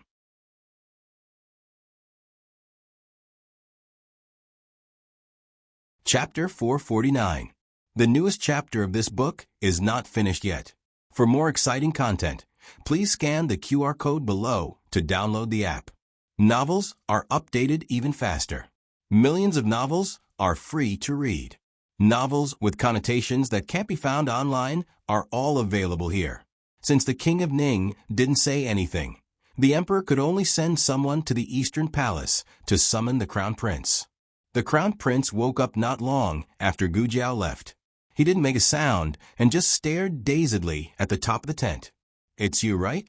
You really came back. You came back to find me. Why aren't you saying anything? Are you angry at me?"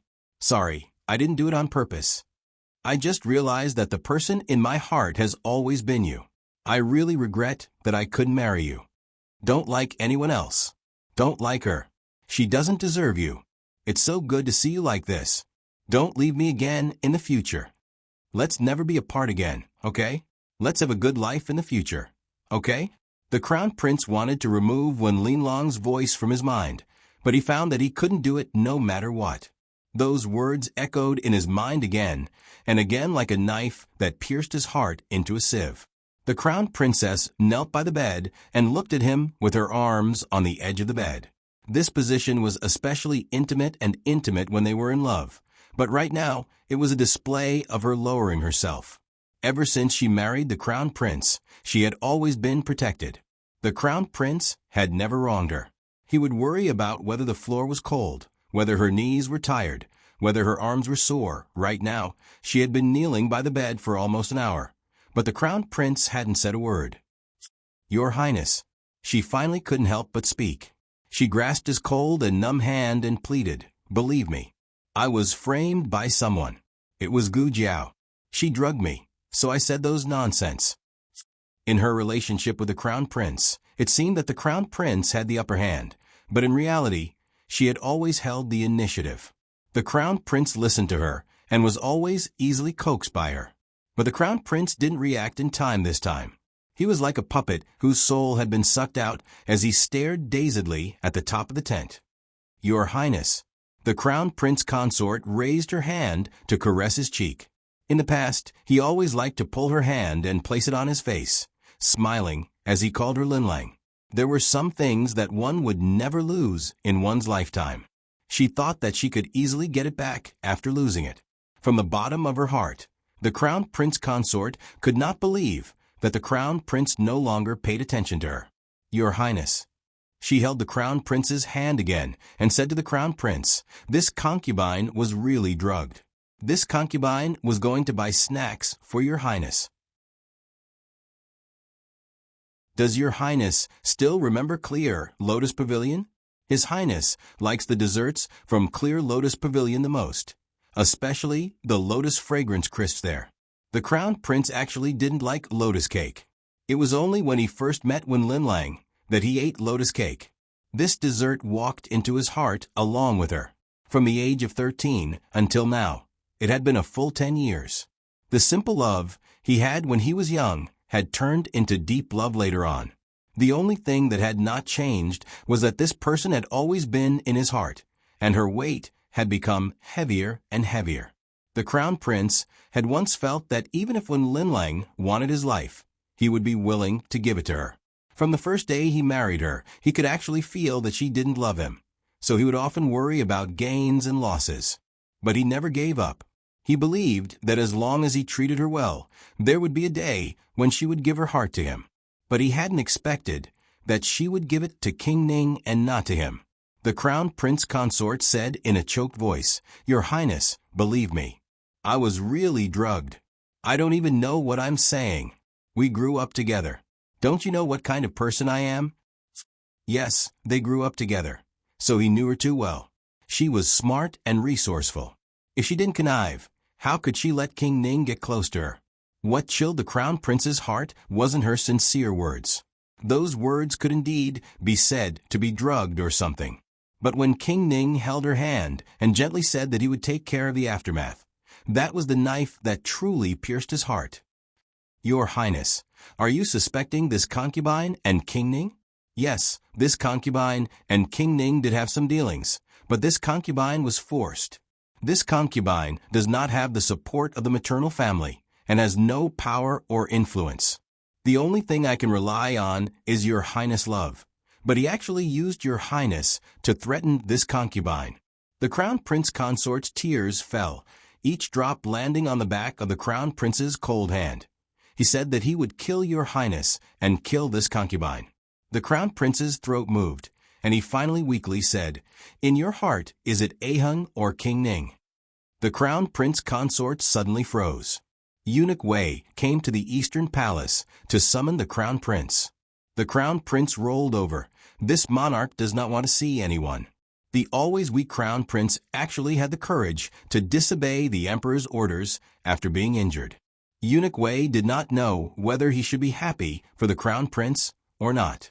With such a large matter happening, it could not be hidden from Kuan-Ning Palace and Yongshou Palace. Empress Xiao was worried about her son and went to the Eastern Palace first. Empress Xiao said, "Eunuch Wei, I must trouble you to tell His Majesty that the Crown Prince's injuries are too severe and he cannot get out of bed. In a bit, this one will ask the Crown Prince and will personally go to Pure Flowers Palace to explain the situation to His Majesty." This was the only thing they could do. Eunuch Wei regretfully looked at the Crown Prince, whose soul seemed to have been sucked dry. Sighing to himself, he returned to Pure Flowers Palace. Empress Xiao tucked in the Crown Prince's blankets. The Crown Prince probably did not want Empress Xiao to see his sorry state. He felt that it was very shameful, and he also felt very pained and wronged.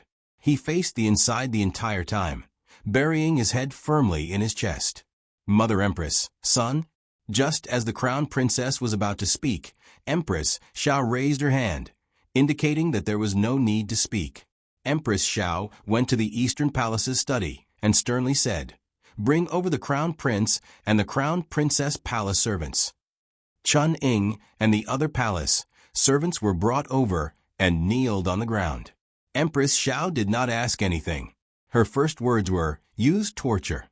Eunuch Su waved his horsetail whisk and went to fetch the wooden splints. Together with a few nannies and eunuchs from Cunning Palace, he used the splints on the 8 people. Among these 8 people, Chun Ing was the one who knew the most. Although the others didn't participate in anything, as long as a person did something, it was inevitable that they would leave behind traces.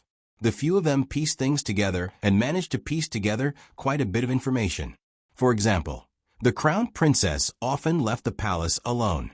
Another example, was that it was Chun Ying who reported the crown princess' disappearance today. Empress Zhao's cold gaze landed on Chun Ying's face. Chun Ying shuddered and fell to the ground, trembling. Empress Xiao had plenty of ways to pry open a palace maid's mouth. How could a daughter of the Xiao family be a kind person? It was obvious just by looking at the Marquis of Xianping. That guy's intestines were all black. How could his sister be innocent? Empress Xiao gave Eunuch Su a look.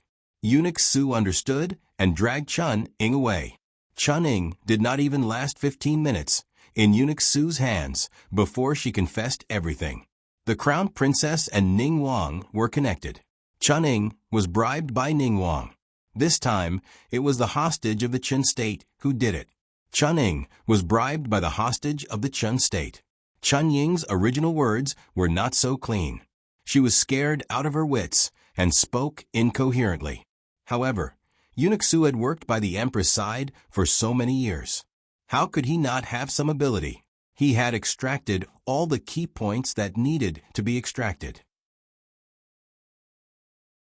Empress Xiao said, so this time it was the hostage of the Chun state who planned this, but the relationship between the crown princess and Ning Wang is real. Eunuch Su secretly gave her a thumbs up.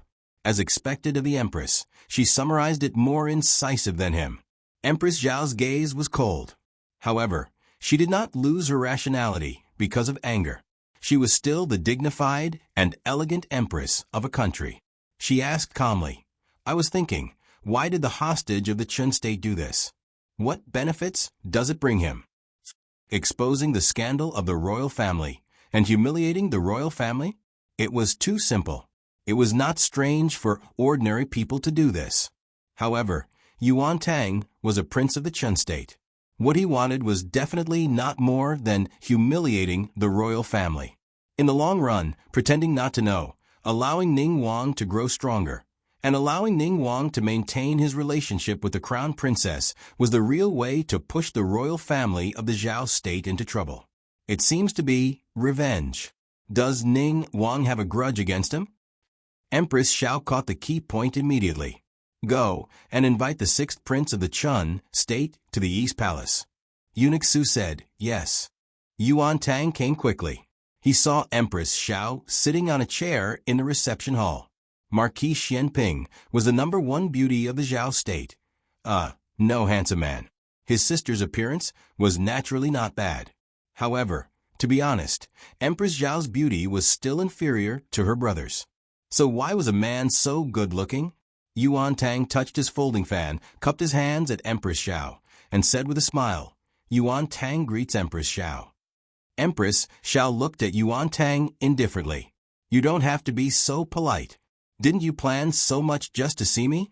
You have a grudge against Ning Wang, and I also want to get rid of him. If you have something to say, just say it. Well, Yuan Tang touched the bridge of his nose, smiled, and said, Yuan Tang doesn't know what to say because you are so blunt. In fact, it's nothing special. It's just that the affair between Ning Wang and the crown princess was discovered by consort Rui Wang and a friend of hers. Ning Wang wanted to kill me as a scapegoat, and I was almost killed by his assassin. I couldn't bear it, so I played a little trick to expose their relationship to the crown prince and his majesty. I have no intention to be your enemy. If I have offended you, please forgive me. He didn't mention Gu Jiao's participation in the whole affair, and called Gu Jiao a friend of consort Rui Wang in a strange way. Of course, he didn't mention Lu Yixing's broken finger, either. Empress Xiao looked at him with dignity and said, I will check whether your words are true or not. Yuan Tang smiled. Empress Xiao, please. Yuan Tang was not afraid of her checking, but afraid that she wouldn't check. Empress. After Yuan Tang left, Eunuch Su asked her in a low voice. The affair between Wen Linlang and Ning Wang had a great impact on Empress Xiao. She looked calm, but there were stormy waves in her heart. But her brother had taught her not to panic. She was Xiao Ji's sister, so she was stronger than most women. Empress Xiao closed her eyes, took a deep breath, and said, Call consort Rui Wang. Digression, I have a cold, and my head is a mess, so it's difficult for me to write. I think I still have to say that if I don't release a lot of chapters, I won't have monthly votes. There are a lot of things going on at home this month, so I only slept for 4 or 5 hours a day before I released a lot of chapters. I released all the chapters under the pressure of the editor's task of releasing 8,000 words a day. I thought I was an Iron Man, but I had a fever the next day after I released a lot of chapters. Saving chapters is really harmful to the body, and I have to stay up all night and overdraw all kinds of physical and mental strength. Some readers may not understand it and take it as a normal thing for the author to release a lot of chapters easily. It's not like that. The price is very high. I don't want to kill the goose that lays the golden eggs. This is a story I like. Let's go slowly. I will write slowly, and everyone will read slowly. The latest chapter of this book is not finished. For more exciting content, please scan the QR code below to download the app. The novel is updated more quickly. Millions of novels are free to read. There are all the novels that can't be found on the internet here. https://www.zhbqg.com/89642_89642826/110028865. HTML Genius. Remember the website address in a second. www.zhbqg.com Bikuj mobile reading website. zhbqg.com.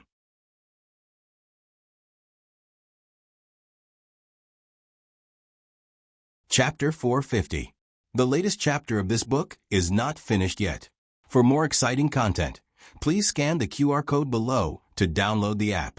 The novel is more complete and updated faster. Millions of novels are free to read. There are novels with connotations that can't be found on the internet here. Consort Rui Wang didn't know what happened in the East Palace and why the Empress summoned her. And she was summoned to the East Palace, not the Empress's palace of earthly tranquility.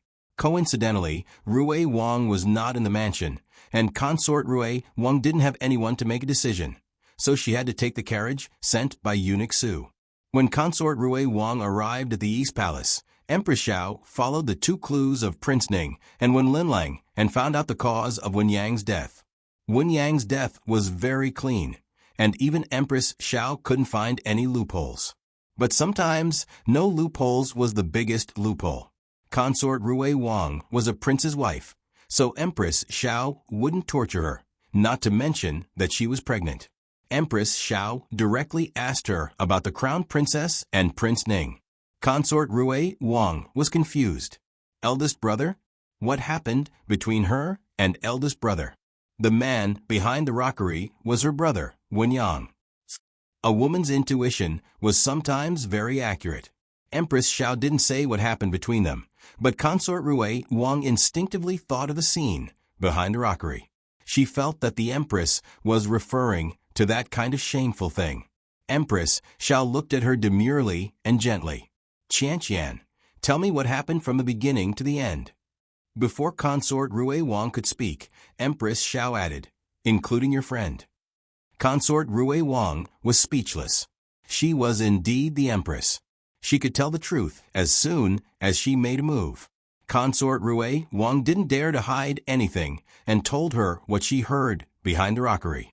At first, I thought it was the hostage of the Qin state because I saw the injury on his face. Eldest brother said not to act rashly. He went to find evidence. Later, he found the evidence and found that the hostage of the Qin state was innocent. The person who met the crown princess in private was Wen Yang. Wen Yang asked the crown princess for money and was rude to Chunying, so he knocked her out. Chunying had already told her about it. It was Prince Ning who knocked her out. The testimony matched. Chunying didn't lie, and neither did Consort Rui Wang. Consort Rui Wang just didn't know the whole truth. Imperial Mother, could it be that day, after Consort Rui Wang finished explaining, a bold guess suddenly emerged in her heart. Empress Xiao smiled faintly and said unhurriedly, she's about to give birth, right? Don't overwork yourself. This consort likes you and Old Third very much. If you have time, come visit Cunning Palace more often. This was an olive branch extended to Rui Wang and his wife. Rui Wang and his wife did not have much ability. In terms of maternal family, Du Qianqian's maternal grandfather was Duke Luo. Even if her mother was only a concubine's daughter, there was still a layer of relationship. Moreover, there was one thing that Empress Xiao couldn't figure out. The couple seemed to be very lucky. They saved the bridge collapse accident by accident and gained face in front of the envoy of the Liang Kingdom. If something really happened to Prince Ning, Rui Wang and his wife, who were on good terms with Prince Ning, would definitely be implicated. At this time, Empress Xiao stood out to protect the two, which was tantamount to sending charcoal in snowy weather. It all depended on whether Rui Wang and his wife were willing to rely on Empress Xiao. Empress Xiao investigated until midnight to get all the evidence. Then she got up and went to Pure Flower's palace. Noble consort Zhuang received the news later than Empress Xiao. She met Empress Xiao as soon as she arrived at Pure Flower's palace. Empress. Noble consort Zhuang wanted to ask Empress Xiao what happened to the Crown Prince and Prince Ning. Before she could finish, Empress Xiao raised her hand and slapped her. Noble consort Zhuang was stunned on the spot. The two consorts had always been at odds. Empress Xiao was the empress, but noble consort Zhuang had the support of Empress Dowager Zhuang and did not show any weakness in the harem. Neither side could do anything to the other. It was the first time that Empress Xiao didn't give noble consort Zhuang face. The palace servants on the side were all frightened and knelt down together. Noble consort Zhuang covered her red and swollen cheek and looked at Empress Xiao in shock and anger. Empress Xiao glanced at her coldly. She didn't seem to be afraid of her at all. What a good son you have raised. Then she left noble consort Zhuang behind her and entered Pure Flower's palace with a flick of her sleeves. Empress Xiao handed the witness and material evidence to the emperor. The witness was Chunying. This is a serious matter. It might be a one-sided story. Your Majesty might as well ask Consort Rui Wang and the sixth prince of the state of Chun. They are also very important witnesses. The emperor didn't expect this matter to involve so many people. Even the sixth prince of the state of Chun was involved. Naturally, the emperor had to ask. The emperor didn't ask for Consort Rui Wang's name. He asked for Rui Wang's name. The sixth prince of the state of Chun confessed that he had drugged Prince Ning and the crown prince's consort. However, he was the one who had drugged them this time. He was the one who found someone to kill me first. I only retaliated a little. I didn't do anything to him. Yuan Tang muttered. The emperor was so angry at Yuan Tang that he rolled his eyes. Prince Ning's head was already smashed into the wall. How could this be called not doing anything to him? Zhao country's Xiao Ji and Qin country's Yuan Tang were all shameless people. Rui Wang was also aware of what had happened behind the fake mountain. He told the emperor about how consort Rui Wang had mistaken Yuan Tang for Prince Ning at the palace gates and told him about her suspicions. The main reason was that the emperor was also a thief. He didn't mention Prince Ning at all. Rui Wang only thought that the emperor was suspicious of Wen Yang's death. Rui Wang had deep feelings for Prince Ning. If he knew it was him, he probably wouldn't have opened his mouth no matter what. Afterwards, the emperor interrogated Chunying. Combining their testimonies and the money that Prince Ning and Yuan Tang gave Chunying, Prince Ning was definitely guilty of adultery. The emperor's heart ached. He couldn't accept the fact that his eldest son was so vicious and merciless. He called Consort Ning over as well. He wanted to get some other clues from her. Even the emperor himself didn't know what he was expecting. However, he also understood that Prince Ning's crime was basically established. Do you know? As soon as the emperor opened his mouth, Prince Ning, who had been silent, suddenly said, "She doesn't know. She doesn't know anything." The emperor glanced at his son, faintly. Empress Xiao, noble consort Zhuang, and the others all went to the side hall. Only he, Prince Ning, and consort Ning were left in the study.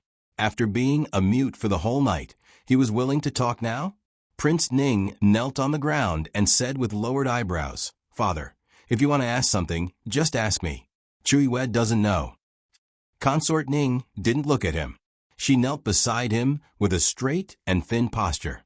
The emperor looked at the two of them deeply. "Your Majesty, noble consort Zhuang and Empress Xiao are arguing." Eunuch Wei walked in quickly and reported to the emperor in a low voice. The emperor frowned and said to Consort Ning, "You can go back." "Yes."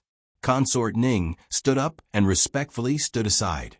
She waited until the emperor left the study before turning to leave. "Suxing." Prince Ning stopped her and said, "That umbrella that year, was it you who gave it to me? Why didn't you give it to me in person?" Consort Ning turned her back to Prince Ning and didn't look back. She smiled against the moonlight. "Your Highness, you don't even dare to call that person's name?" Prince Ning choked.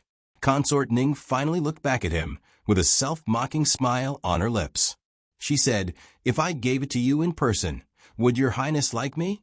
Her face was much inferior to that of the first beauty, Wen Linlang. She had often appeared in Prince Ning's line of sight, but Prince Ning had never noticed her. Prince Ning only remembered that Wen Linlang had given her an umbrella. But did Prince Ning know that before he gave her the umbrella, she had been sheltering from the rain with him in a pavilion? She had a maid with her. Prince Ning glanced at her maid, but didn't look at her. Prince Ning looked at Consort Ning's back and couldn't find his voice for a long time. He asked himself if she had personally given him the umbrella that day, would he have fallen for her? The answer was no. He wasn't as dissolute and lecherous as his fourth son, but it was hard for him to like a mediocre woman. It was Grand Tutor Zhuang's idea to marry Consort Ning. Marrying a woman should be a virtuous woman. Grand Tutor Zhuang thought that Chuyu, who was mediocre, was much better than the daughters of the noble families in the capital. Wen Linlang was also excellent, but she was still young. Her family background wasn't good enough. Thirdly, and most importantly, she was engaged to Xiaoheng. Grand Tutor Zhuang would never allow him to be as stupid as the crown prince. Marrying a woman who was engaged to someone else was probably because he wasn't far enough from the throne. He respected Chuyu because she was his first wife. This was something he should and must do. However, when he was drugged and lying on the bed in the inn, his mind was full of Chuyu. When Wen Linlang mistook him for Xiaoheng and said to him, "Let's live a good life in the future," he mistakenly thought it was Chuyu who said it to him. So he hugged her tightly and said to her, "Okay." In the middle of the night, Yuan Tang came again and provided the emperor with an important piece of news. Xiao Yulong's matter was done by Prince Ning. He had hired people from the Dual Blades sect to assassinate Xiao Lulang. Why would he harm Xiao Lulang? The emperor didn't understand. Yuan Tang smiled and said, "Your Majesty, oh, Your Majesty, have you forgotten who Xiao Lulang looks like? He's probably worried that the crown princess would fall in love with someone who looks like the young marquis again. So he took the initiative to eliminate his love rival." The emperor didn't think about why Prince Ning didn't make a move earlier. His mind was in a mess, and he hadn't considered this layer. If Prince Ning wanted to kill Xiao Lulang just because he looked like Xiaoheng, then what about the real Xiaoheng? The emperor reflexively thought of the fire from 4 years ago, and his eyes turned cold. The latest chapter of this book is not finished. For more exciting content, please scan the QR code below to download the app. Novels are updated even faster. Millions of novels are free to read. Novels with connotations that can't be found online are all available here. https://www.zhbqg.com/89642_8964286/1100026996. HTML Genius memorized this website's address in 1 second. www.zhbqg.com Biku Pavilion's mobile reading website. zhbqg.com.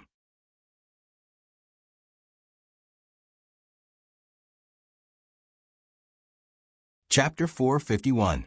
The latest chapter of this book isn't finished yet. For more exciting content, please scan the QR code below to download the app. Novels are updated even faster. Millions of novels are free to read. Novels with connotations that can't be found online are all available here. Ningguang's matter was of great importance and brought shame to the entire imperial family.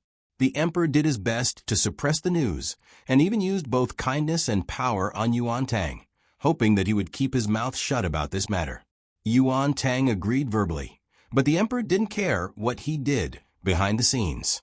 Unless Yuan Tang was killed, he would be absolutely safe. However, the emperor wasn't a tyrant, and his methods were far less ruthless than Empress Dowager Zhuang and the previous emperor. The emperor also told Rui Wang and his wife to keep their mouths shut. The two of them were the most honest, and wouldn't say anything if they promised not to say anything. Afterwards, the emperor had the Dragon Shadow Guards capture Ningguang's trusted imperial bodyguard, Qi Fei, and hand him over to Eunuch Wei. Whether it was torture or coercion, the emperor had to find out what happened 4 years ago. Eunuch Wei was tormented for an entire day and night. When he came to report, his hair was messy and he was tidying himself up outside the door. "All right, come in," the emperor said impatiently. Eunuch Wei entered the room. He had served the emperor for many years, and the relationship between master and servant was very deep. He looked at the emperor with a complicated expression and wanted to say something, but hesitated. "Speak," the emperor said. "We can take it." Eunuch Wei sighed. The murderer 4 years ago was indeed His Highness Ningguang.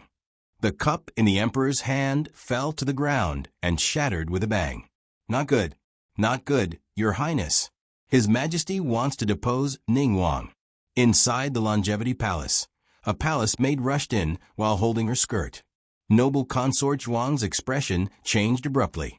She didn't care that her hair was still half done and turned to go to Pure Flower's palace. She knelt on the ground with Ningguang.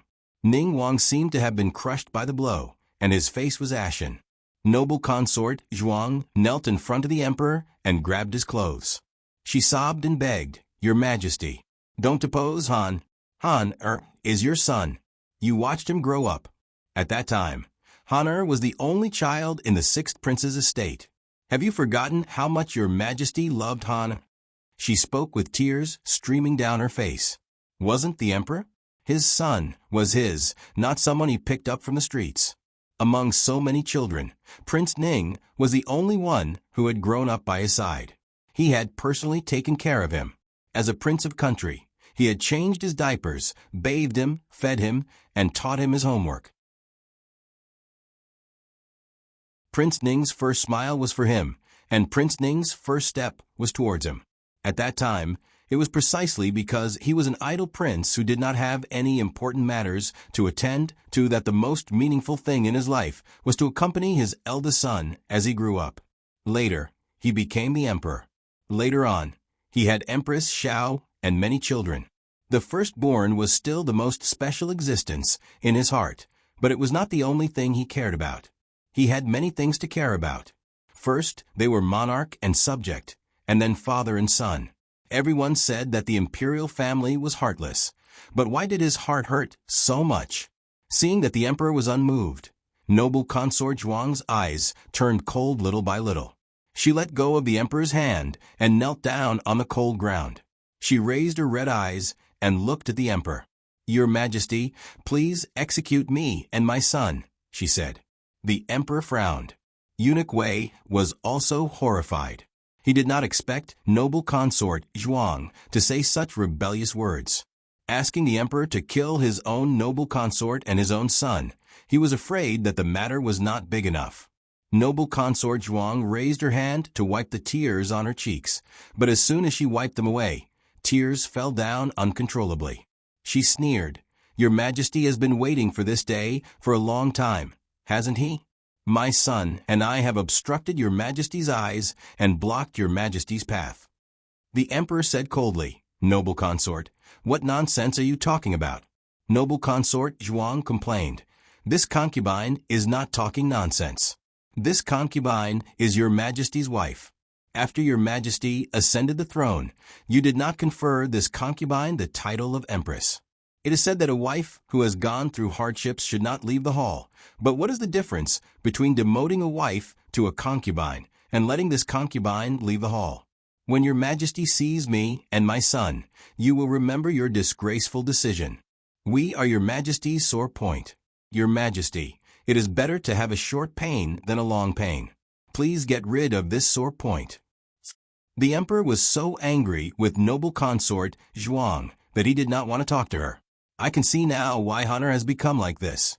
It is all because of your bad influence. She usually behaved as she thought in her heart. It was she who instilled in Han the idea that everything should belong to him and his mother, causing Han to lose his balance and embark on a path of no return. Wasn't the reason why he didn't let Zhuang Mingzhu be the empress back then obvious enough? With Empress Xiao and Marquis Xianping restraining them, the Zhuang family was still able to do whatever they wanted. It could be imagined that if Qin Chuan became the empress's son, the first thing the Zhuang family would do was to kill him, the emperor, and support Qin Chuan to ascend the throne. Of course, his decision at that time was based on the premise that he was afraid of Empress Dowager Zhuang and the Zhuang family. Now he understood that his mother didn't mean him no harm, but he still didn't regret his decision.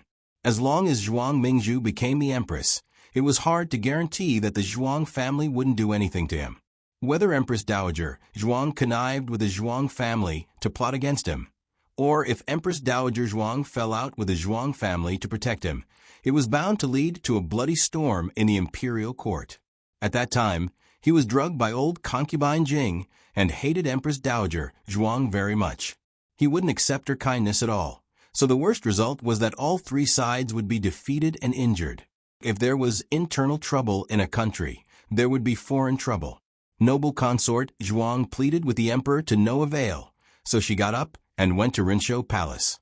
With such a big thing happening, it was impossible for Empress Dowager Zhuang not to get the news. She also expected that noble consort Zhuang would come to find her, so she didn't hide and directly asked eunuch Qin to let her in. As soon as noble consort Zhuang entered Empress Dowager Zhuang's bedchamber, she threw herself at Empress Dowager Zhuang's feet like a madwoman, hugged Empress Dowager Zhuang's legs tightly, and cried, "Aunt, save Han or save him.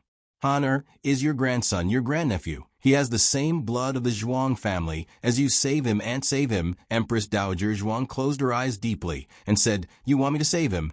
Then who will save Xiaohong? And who will save Wenyang?" Noble consort Zhuang quibbled. Wenyang's death is not to be regretted.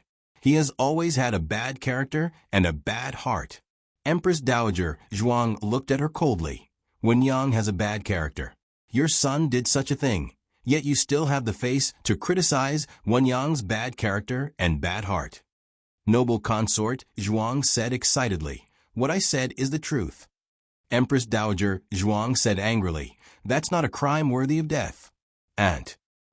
Noble consort Zhuang raised her head and looked at Empress Dowager Zhuang with grievance. Empress Dowager Zhuang also looked down at her. "Well, you said that Wenyang deserves to die. Then what about Xiaohong? He is such a virtuous person. How did he offend people?" Noble consort Zhuang's eyes flashed, and she said, He is Empress Xiao's favorite nephew. He is the legitimate son of Marquis Xianping. Aunt, Xiao family hurt us so badly. Empress Xiao and the crown prince took away everything that should have belonged to us. Hunter just wants to avenge himself, can't he? Empress Dowager Zhuang clenched her fists, and her body trembled slightly. "You actually think so?"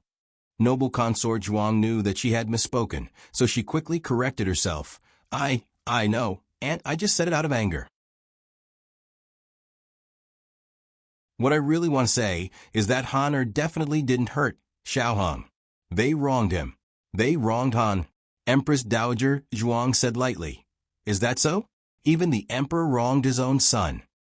Noble consort Zhuang was startled at first. Then she gritted her teeth and said angrily, "Aunt, you actually didn't want to save Han because Han sent people to capture the new top scorer, who looked like Xiaohong.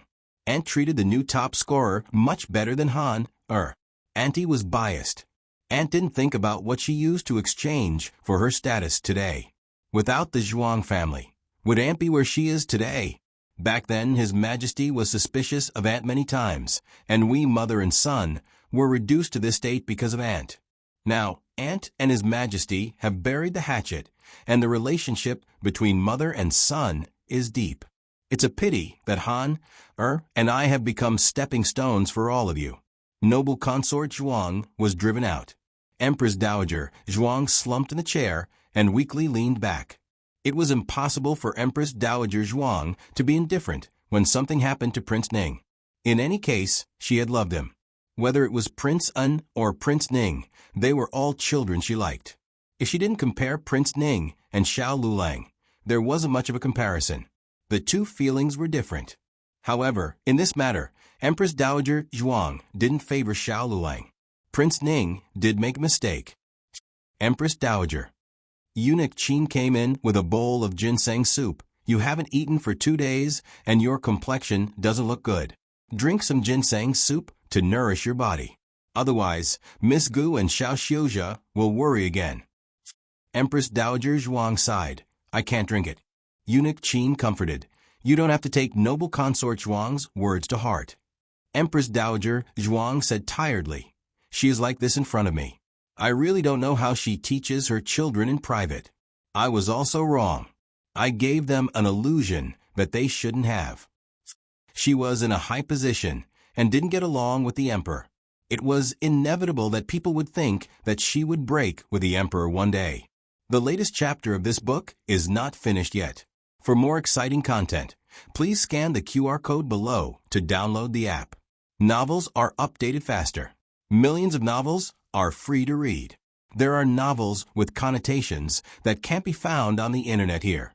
https://www.zhbqg.com/8964-2_8964-28266/110002256. HTML Genius memorized the website address in 1 second. www.zhbqg.com Bikuga mobile reading website. zhbqg.com.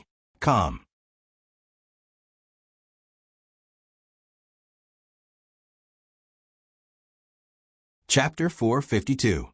The latest chapter of this book is not finished yet. For more exciting content, please scan the QR code below to download the app. Novels are updated faster. Millions of novels are free to read. There are novels with connotations that can't be found online here. When Eunuch Qin heard this, his heart skipped a beat. Empress Dowager, you don't want to... The words delegate power came to his mouth, but he didn't say it. Empress Dowager Zhuang knew what he wanted to say. She was actually seriously considering this matter.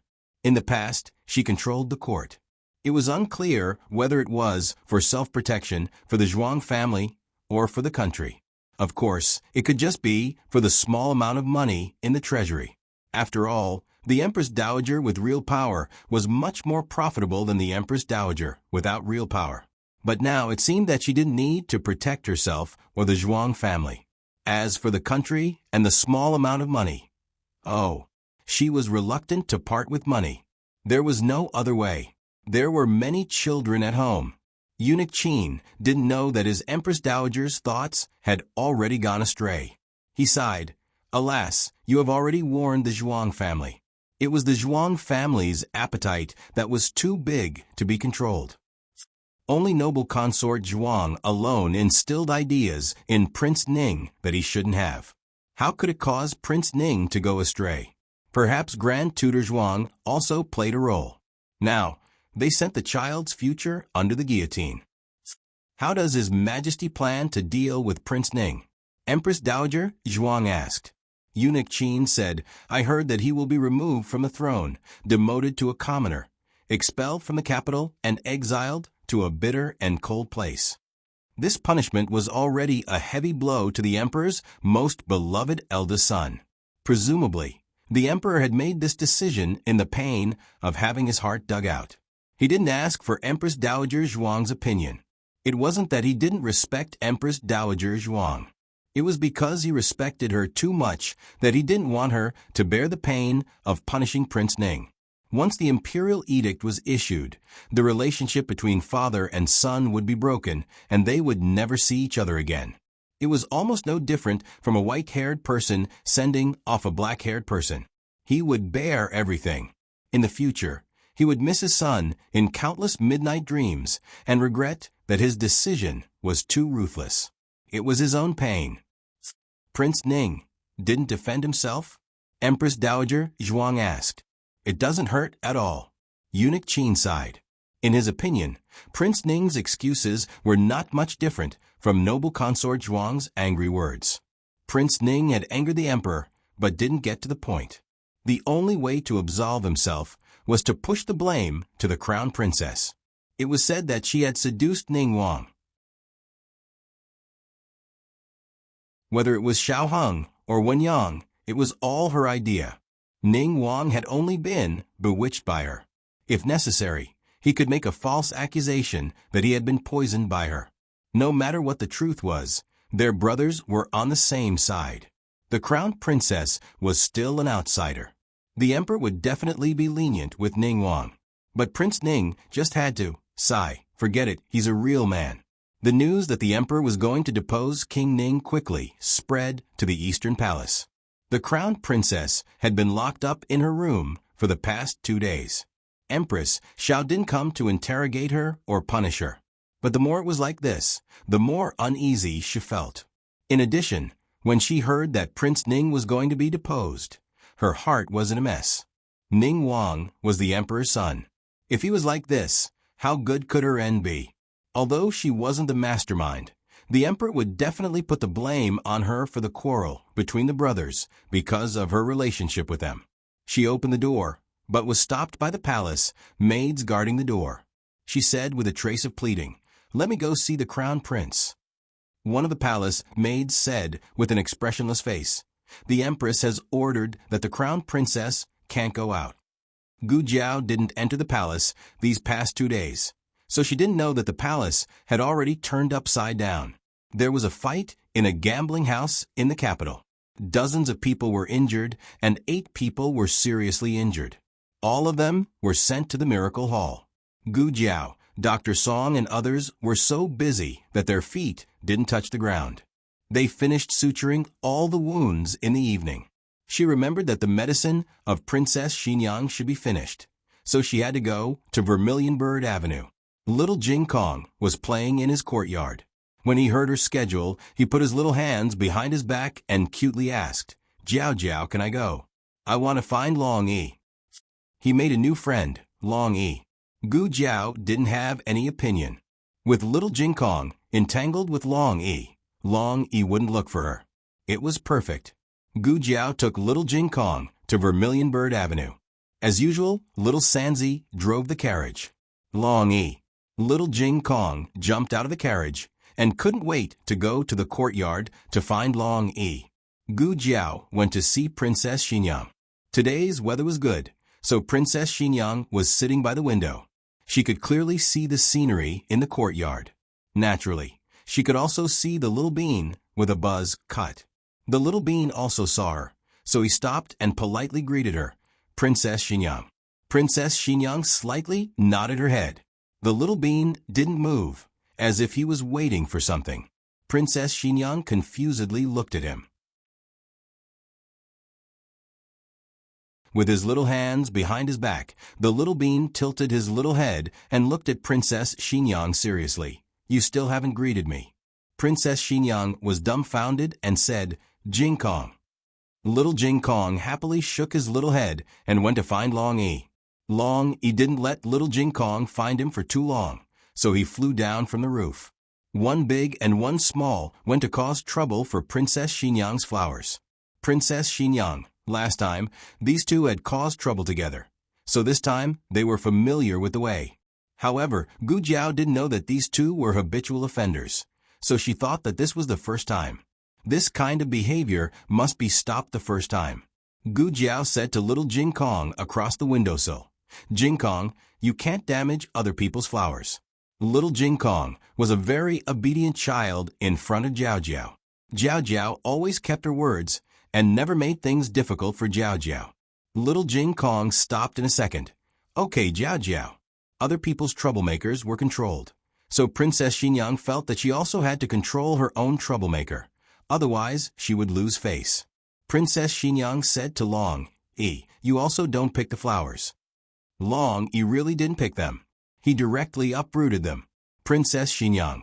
Since she couldn't control Long Yi, Princess Xinyang was very happy. One big and one small went to the courtyard to cause trouble again. After Gu Jiao finished checking Princess Xinyang's pulse, she took out a stethoscope and put it in Princess Xinyang's lapel. Princess Xinyang looked at the hand that stretched into her clothes, and then looked at the stethoscope hanging on her ear. Her expression was somewhat indescribable. "Where did you get these strange things? I've never seen a doctor like you. You shouldn't be thinking of taking advantage of me." Gu Jiao put down the stethoscope and scratched her. "This is taking advantage." Princess Xinyang lowered her head and looked at the hand on her chest. "Do you think the world is too bitter and want to go to hell?" Gu Jiao continued to pick up the stethoscope and calmly listened to her heart rate. That's right, it felt quite good. Fortunately, Princess Xinyang was immune to Long Yi's anger. Otherwise, Gu Jiao might not have been able to escape a beating. Little Jing Kong was playing crazily in the courtyard. Long Yi, come and catch me." He hid behind a tree and made a face at Long Yi. In the next second, Long Yi appeared behind him. "Yeah." Little Jing Kong's hair stood on end. He waved his little arms and ran away. "He looks very much like A Hung." Princess Xinyang looked at little Jing Kong, who was waving his little claws and running away. "When he was young," she added, "other than his face, his demeanor and small movements are very similar." Gu Jiao, that's right. They slept in the same room every day and fought from morning to night.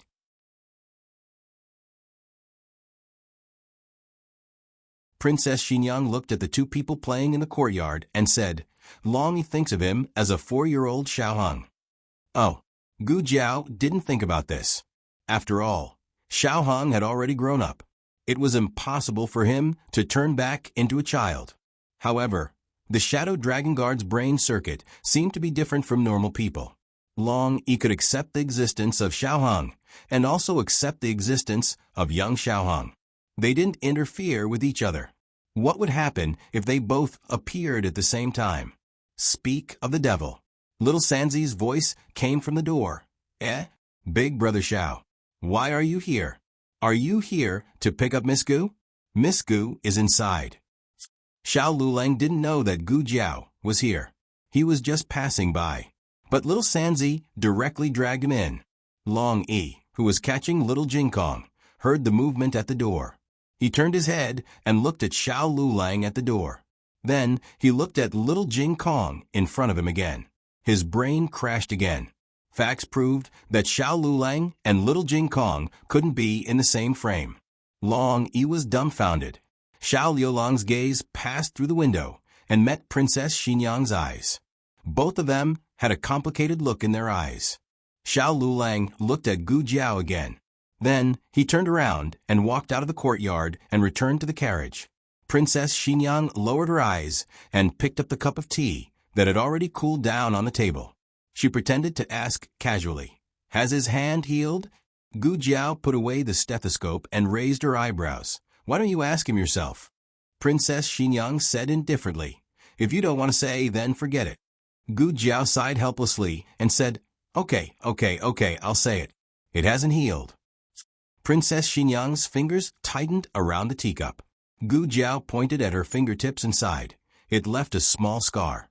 "I have to apply scar ointment every day. It will take 3 months for my skin to recover." Princess Xinyang faintly looked at her. "Can't you say it all in one breath?" Gu Jiao spread her hands. "That's why I told you to ask him yourself. In any case, he can say it all in one breath." Princess Xinyang, this girl. Little Jing Kong played in the courtyard for a while. He ran into the room with his forehead full of sweat and said to Gu Jiao, Jiao, I also want a mask." Gu Jiao took out her spare mask from her small basket and handed it to him. Princess Xinyang looked at the coquettish peacock feathers on the mask, and her eyelids suddenly jumped. What kind of beauty did this girl have? "Thank you, Jiao." Little Jing Kong took the mask and ran out excitedly. Long E, I also have a mask. This scene suddenly reminded Gu Jiao of something. She rested her chin on one hand and looked at Long E in the courtyard. She asked Princess Xinyang, "Princess, why doesn't Long E have a tattoo on his face?" The latest chapter of this book is not finished yet. For more exciting content, please scan the QR code below to download the app. Novels are updated at a faster rate. Millions of novels are free to read. Novels with connotations that can't be found on the internet are all available here. https://www.zhbqg.com/89642_89642826/110001520. HTML Genius, 1 second. Remember this website address: www.zhbqg.com. Bikuj mobile reading website. zhbqg.com.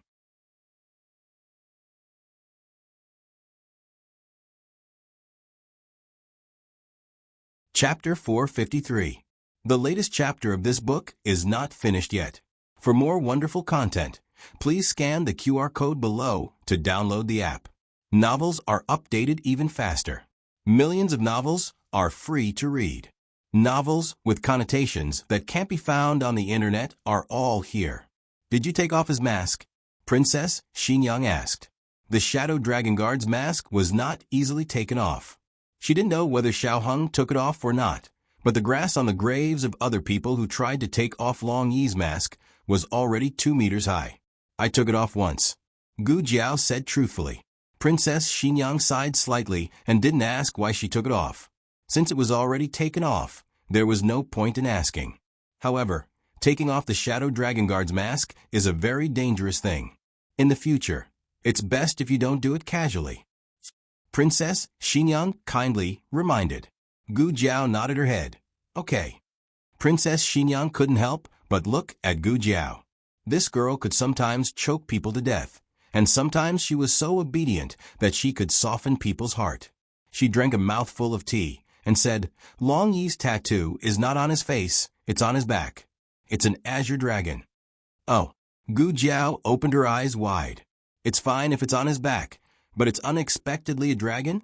Is it because of this that he's called Long Yi? Princess, do you have other Shadow Dragon Guards? Are they also like this? Gu Jiao asked. No, only Long Yi is like this. The others all have a black tortoise tattoo on their face. Princess Xinyang said. They were the same as the Emperor's Shadow Dragon Guards. But why was Long Yi so special? Gu Jiao asked again. Are the others as good as Long Yi?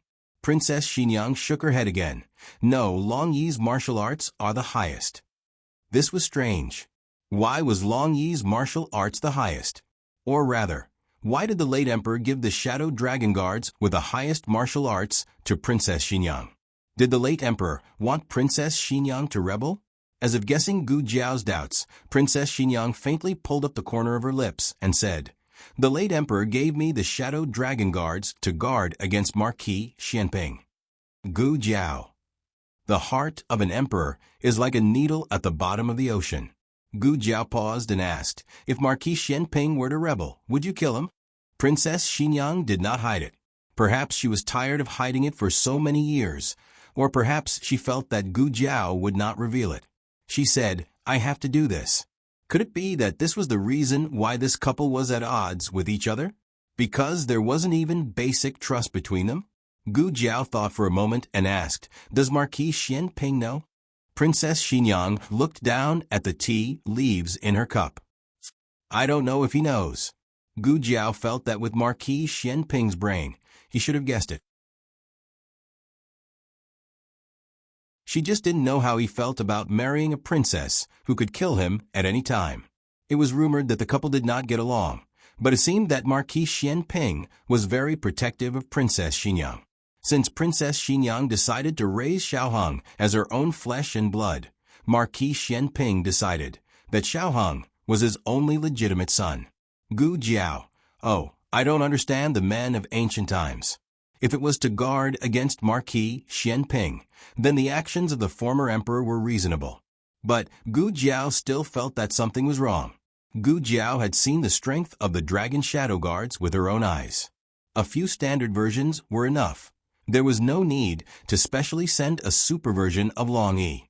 Gu Jiao asked, "Princess, how many dragon shadow guards did the former emperor give you?" Princess Xinyang said, 5. Why? The former emperor only gave His Majesty 4.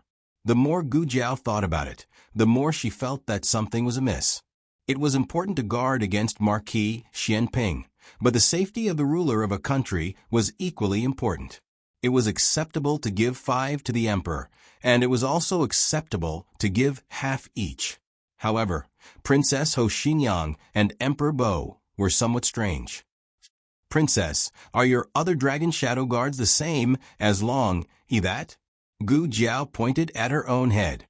Princess Xinyang understood Gu Jiao's meaning. It seemed that Long Yi had not been thoroughly tamed. She shook her head for the 3rd time. "No, those dragon shadow guards are not like that." Gu Jiao stared at her, and a bold guess flashed through her mind. "Princess, is Long Yi really a dragon shadow guard given to you by the former emperor? He didn't randomly come in, right? Could it be that a lost death warrior saw his own kind, so he ran with them in confusion? Those people couldn't beat him and couldn't get rid of him, so they could only accept their fate and let him follow them." Princess Xinyang frowned and carefully pondered for a long time, and suddenly realized, "I was wondering, before the former emperor died, he clearly said that he would give me 4. How come there was 1 more in my hands? I thought the former emperor changed his mind at the last moment and gave me 1 more. Gu Jiao, so Long Yi really randomly came in. Ningguang's matter not only involved the Eastern Palace couple, but also the cause of Xiaoheng's death. The emperor decided to summon Princess Xinyang into the palace and personally confess this matter to her. Gu Jiao just happened to plan to enter the palace to see her great-aunt, so she rode on Princess Xinyang's luxurious carriage and entered the palace together. Originally, the emperor and Princess Xinyang didn't get along well, and now it was like sitting on pins and needles. "Your Majesty." Princess Xinyang entered the study of Pure Flower's palace and slightly bowed to the emperor. The emperor opened his mouth, but didn't speak. He was worried that he would carelessly call her imperial sister. She was obviously his imperial sister. "You sit."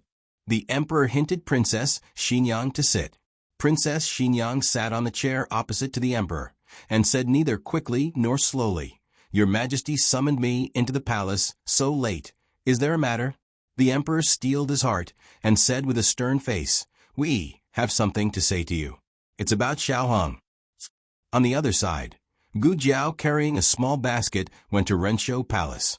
Little Jing Kong went to Renshou Palace to greet his great-aunt, and then went to find his new friend, Long Yi.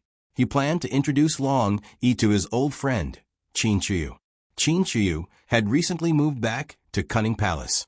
Little Jing Kong didn't know, and thought that he was living in East Palace. Little Jing Kong took Long Yi to East Palace to find Qin Chiyu. East Palace. Crown Princess begged the palace maids to let her out countless times, but they remained unmoved. Crown Princess said, "How about this? You go and inform Crown Prince that I want to see him." The palace maid said, "Crown Prince doesn't want to see anyone." Crown Princess said coldly, "Is it the Empress's idea or Crown Prince's idea?" "Whose idea?" "Crown Princess doesn't even want to see him now." The palace maid's tone was not polite. Crown Princess, who was used to being sought after by everyone, couldn't accept this kind of treatment. She felt sullen, but she couldn't oppose Empress Xiao. She understood her current situation, and only Empress Xiao and Crown Prince could save her. She changed her cold expression and looked pleadingly at the 2 palace maids. "Just treat it as helping me. Let me see the Crown Prince, okay? You helped me in my hour of need today, and I will repay you double in the future." The repayment of a Crown Princess was worth a lot. The premise was that she could keep her position as Crown Princess. The 2 palace maids ignored her. Crown Princess bit her lips angrily. Just when she was racking her brains to get out of this predicament, she suddenly felt dizzy and the arm of one of the palace maids slid down. She fainted. She's not pretending to faint, is she? What if it's true? The Empress only asked us to look after her, and she didn't let anything happen to her. The Imperial Doctor is guarding Crown Prince's bed, right? Call him here. The Imperial Doctor was called over, and he felt the pulse of Crown Princess, who was lying on the bed. When he was done, his expression suddenly turned grave. Crown Princess woke up slowly and looked at the Imperial Doctor weakly. Doctor, what happened to me? Please call Imperial Doctor Chen over as well. The Imperial Doctor didn't answer Crown Princess's question, but turned to order the palace maids at the door. The palace maids frowned and went to call Imperial Doctor Chen over from Crown Prince's room. Imperial Doctor Chen was also startled after taking Crown Princess's pulse. The two looked at each other in dismay. Imperial Doctor Luo said, Imperial Doctor Chen, the pulse you took is... Imperial Doctor Chen nodded. Imperial Doctor Luo understood. He stood up, took a step back, and cupped his hands at Crown Princess, saying, Congratulations, Crown Princess. It's a pregnancy pulse. You are 1 month pregnant. I have a child? Crown Princess's shock was no less than the two Imperial Doctors. This child, it really came at the right time. The shock in Crown Princess's eyes gradually dissipated, and was replaced by joy that could not be expressed in words. She sat up and looked at the two palace maids in front of the bed. She curled her lips and said, Did you hear that? I have the Crown Prince's flesh and blood in my stomach. The Crown Prince's first flesh and blood. Was there a better death exemption medallion in the world?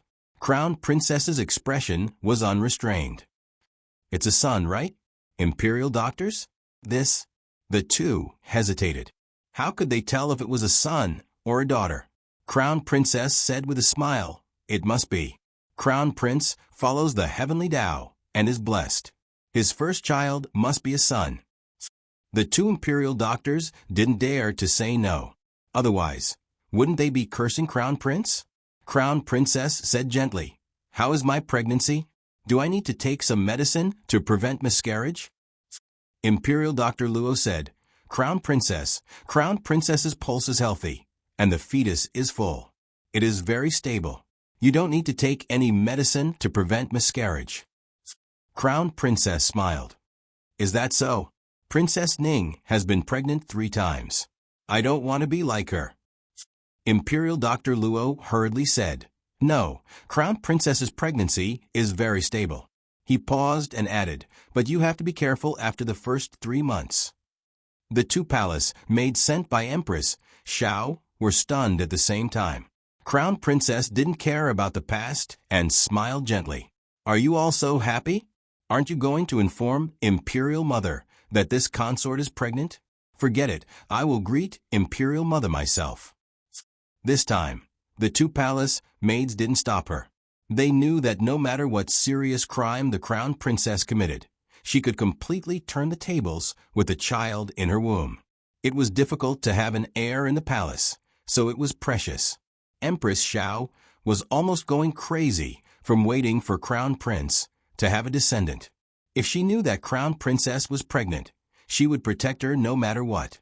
Crown Princess went to Crown Prince's room first.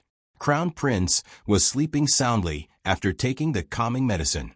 Crown Princess raised her hand and gently caressed Crown Prince's cheek. Your Highness, Lin Lang is pregnant with your child. You are going to be Imperial Father. Crown Princess left the Eastern Palace. She felt that the sky above her was even bluer. Even the heavens were on her side. She, Lin Lang, was destined to be the mother of the world. Crown Princess brought several palace maids from the Eastern Palace to Cunning Palace.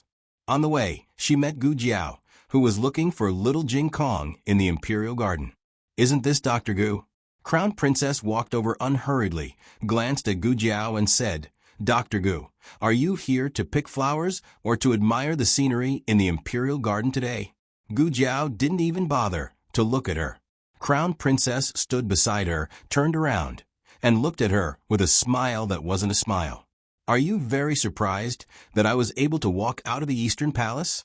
Gu Jiao didn't know that Crown Princess was under house arrest in the Eastern Palace by Empress Xiao, so she didn't understand why she asked this question. Crown Princess, however, thought that she was pretending to be calm. Crown Princess touched her flat belly with one hand and said, "To tell you the truth, this consort is pregnant." Oh, Gu Jiao was still calm. The Crown Princess? Crown Princess's pupils contracted and she frowned slightly. Dr. Gu, what do you mean? Are you trying to humiliate me? I'm the Crown Prince's consort. If the child in my belly isn't the Crown Prince's, then whose? Gu Jiao said, Prince Ning's. Crown Princess gritted her teeth. Dr. Gu, please be careful with your words. Oh. Gu Jiao said, I was just casually speaking. No need to be so agitated. What did it have to do with her, whose child it was? Crown Princess said seriously, it's the Crown Prince's. Don't talk nonsense outside and ruin this consort's reputation. This consort didn't haggle over the things you did to this consort in the past because of Princess Xinyang, but if you slander the imperial bloodline, then not only will this consort not let you off, the Crown Prince and Empress Xiao won't either.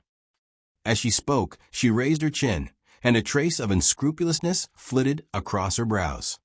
Dr. Gu, this consort advised you not to make an enemy of this consort. You targeted this consort in everything. But didn't this consort win in the end? You said that this consort and Prince Ning are unclear. But how clean can you be, Gu Jiao?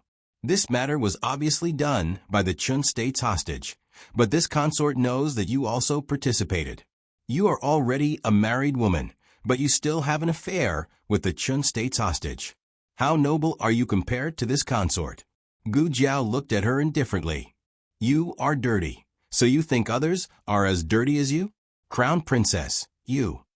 At this time, little Jing Kong and Long Yi came over after picking flowers. Gu Jiao held little Jing Kong's hand and left without looking back. Being ignored was even more depressing than being talked back to. The Crown Prince consort had experienced great ups and downs in the past few days, and her rationality had completely collapsed. She held her stomach and called out, Don't scheme against Ben Gong anymore. This consort's stomach is a death exemption gold medallion. With it, even if this consort kills you, no one will blame me. Long Yi still hadn't left. He curiously looked at Crown Princess's stomach. Suddenly, he reached out his hand and slapped her stomach. Crown Princess felt pain in her stomach. Long Yi retracted his hand and glanced at her stomach with his small eyes, as if he was asking, Now do you still have it? Crown Princess, digression, on the last day of the month, the tickets were cleared. The latest chapter of this book is not finished yet. For more wonderful content, please scan the QR code below to download the app. Novels are updated even faster. Millions of novels are free to read. Novels with connotations that can't be found on the internet are all available here. https://www.zhpqg.com/89642_8964282/1099782775. HTML Genius will remember the address of this website in 1 second. www.zhpqg.com Biku Pavilion Mobile Reading Website. zhpqg.com.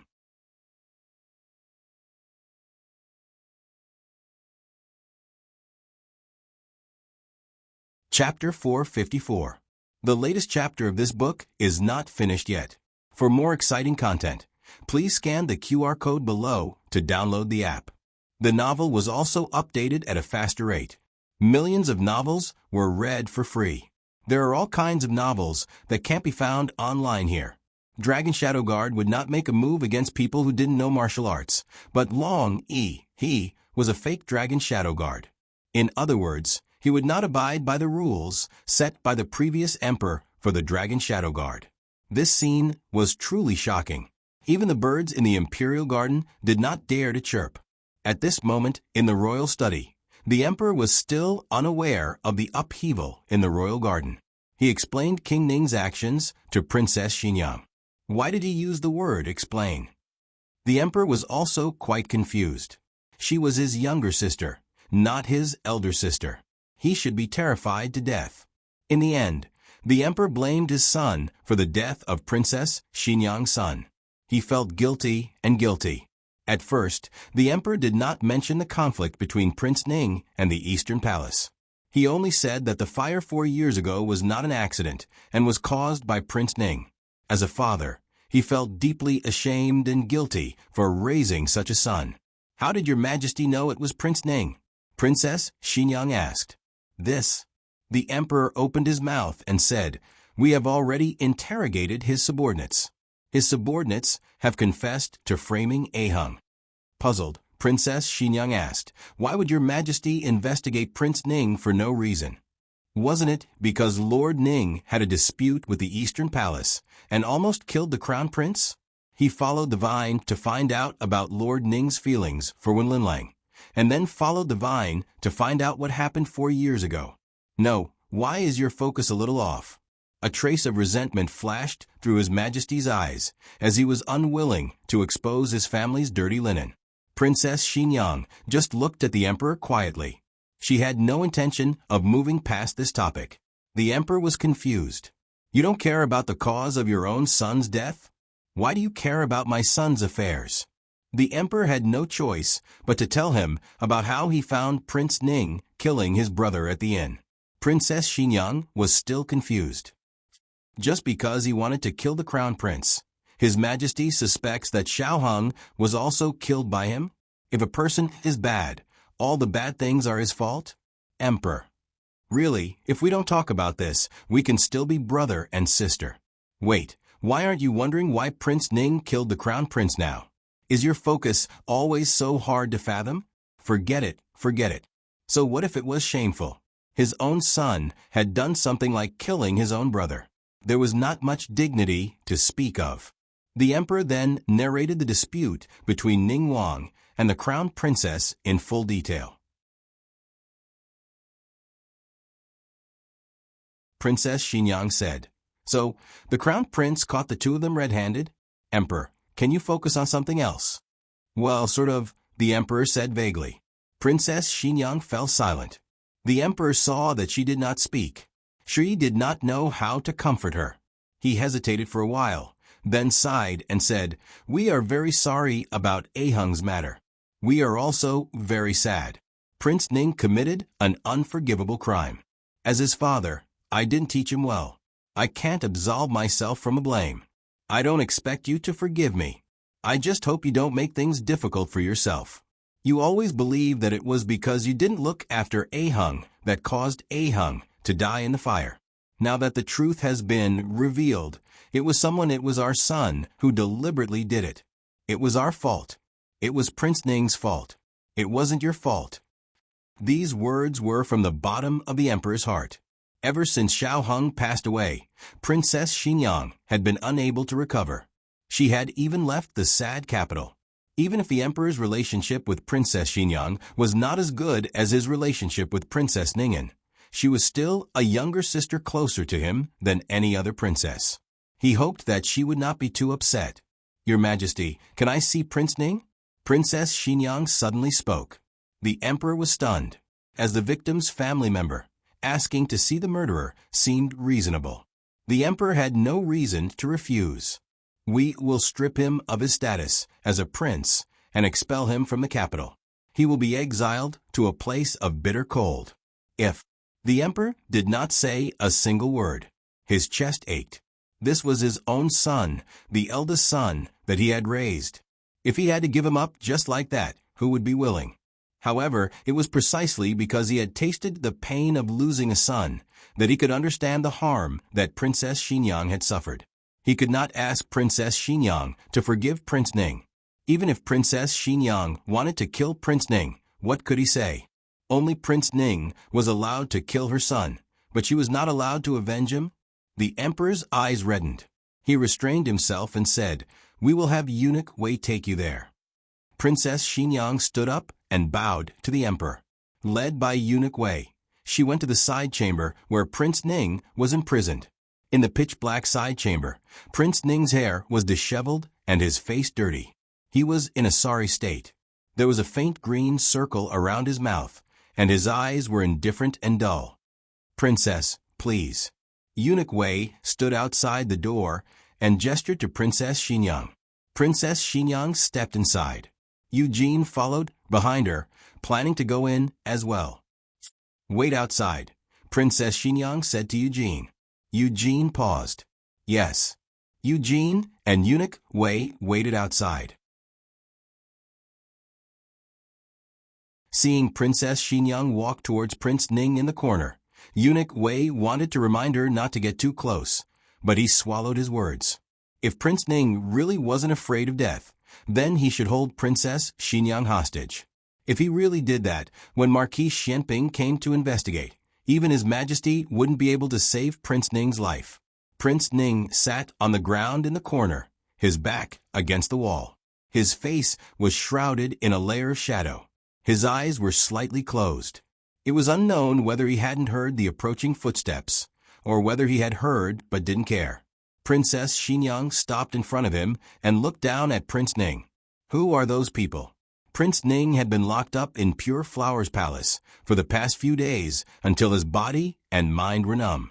He didn't pay attention to anyone, nor did he plan on paying attention to this palace servant who had suddenly come to ask him questions. But when he heard a familiar voice, he instinctively opened his eyes and saw Princess Xinyang's frosty face.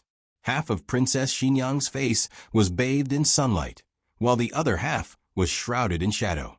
She looked cold and sinister. Prince Ning could ignore anyone, but he couldn't ignore Princess Xinyang. His gaze paused on Princess Xinyang's face for a moment, then he lowered his eyes. "I don't understand what Aunt is saying." "You don't understand? Fine. Then Aunt will tell you in detail until you understand. In any case, Aunt has plenty of time." Princess Xinyang sat down in the chair across from him and looked at him from afar. "Did you really have the guts to kill Xiaohong?" Prince Ning smiled faintly. "It seems that Aunt knows everything. Whether or not I had the guts, I still killed him. Is Aunt here to denounce me? If you want to kill me, do as you please." Princess Xinyang stared at him without blinking. "You killed Xiaohong, and then what? Just to benefit the crown prince?" Prince Ning said, "I originally planned on taking her as a secondary consort." Princess Xinyang sneered. "Is that so? Can you?" "Of course not. Grandfather wouldn't agree.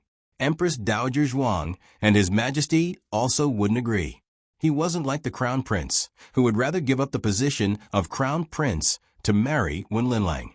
Empress Xiao couldn't dissuade her son, so she had no choice but to persuade His Majesty and Marquis Xianping to agree to this marriage. From the beginning, he knew that killing Xiaohong wouldn't change anything. He and Wen Linlang could only hide in the shadows forever. Princess Xinyang analyzed for him. "You didn't want to kill Xiaohong, but to kill Marquis Xuanping's and my most beloved son for a shameful relationship.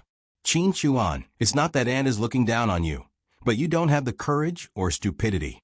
Unless..." At this point, Princess Xinyang paused, and Prince Ning's fingers tightened. Princess Xinyang said, "Unless you know that he's not Marquis Xuanping's and my son's, but an illegitimate son used to pretend to be one, and an illegitimate son that I want to get rid of as soon as possible." Marquis Xianping was naturally dissolute. He had 2 illegitimate sons, but that was with her consent. As for whether or not there were illegitimate children outside, she didn't care. Only Xiaohong was exchanged with her son's life. Once she knew the truth, Xiaoheng's life and death would have nothing to do with her. Perhaps Marquis Xianping would think that she did it. That way, Prince Ning would be able to easily hide from this conspiracy. "Who told you Xiaoheng's past?" Princess Xinyang asked, staring at him. Prince Ning didn't recover from the shock of Princess Xinyang seeing through everything. After a while, he turned his face and said, "I investigated." Princess Xinyang snorted. "Why did you investigate Xiaoheng's past for no reason?" Prince Ning was speechless. Princess Xinyang said lightly, "Don't say that you found out by accident. There's no accident in the world, and you don't have the luck." Prince Ning suddenly thought of Grand Tutor Zhuang's words. You can look down on anyone in the imperial family, but don't look down on Princess Xinyang. She was a princess who didn't have the protection of her mother and had never suffered a loss. I don't know, Prince Ning said. What do you mean you don't know? Princess Xinyang frowned. Prince Ning thought for a moment and said, that is, I don't know who those people are, but they know me. When they first approached me, they pretended to rely on me and became my aides. They really did find out some very useful information for me, so I began to value and trust them. A few months later, they said they found a clue that could bring down Marquis Xianping. I was very tempted, because Marquis Xianping is Empress Xiao and the Crown Prince's greatest support. As long as I could bring him down, I would be one step closer to the position of Crown Prince. Digression, friendly reminder. The three views of the characters do not represent the three views of the author. The latest chapter of this book is not finished. For more exciting content, please scan the QR code below to download the app. The novel is more complete and updated faster. Millions of novels are free to read. Novels with connotations that can't be found online are all available here. https://www.zhbqg.com/89642_89642826/1099755558. HTML Genius remembers this site's address in 1 second. www.zhbqg.com Biku Go mobile reading website. zhbqg.com.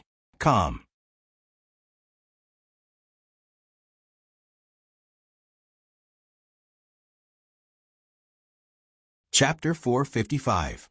The latest chapter of this book is not finished yet. For more exciting content, please scan the QR code below to download the app. Novels are updated even faster. Millions of novels are free to read. Novels with connotations that can't be found online are all available here. Princess Xinyang said. The clue they were talking about was Xiao Hang's past. Prince Ning nodded. That's right. They said that Xiao Hang was the son of Marquis Xianping and a female slave from the Yan Kingdom. Moreover, the real young Marquis was already dead, killed by the female slave.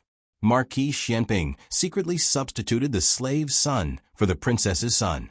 At that time, I wondered if Aunt would kill Xiao Hang in a fit of anger if she knew that she had raised the son of her enemy for 14 years. Princess Xinyang looked at him in confusion.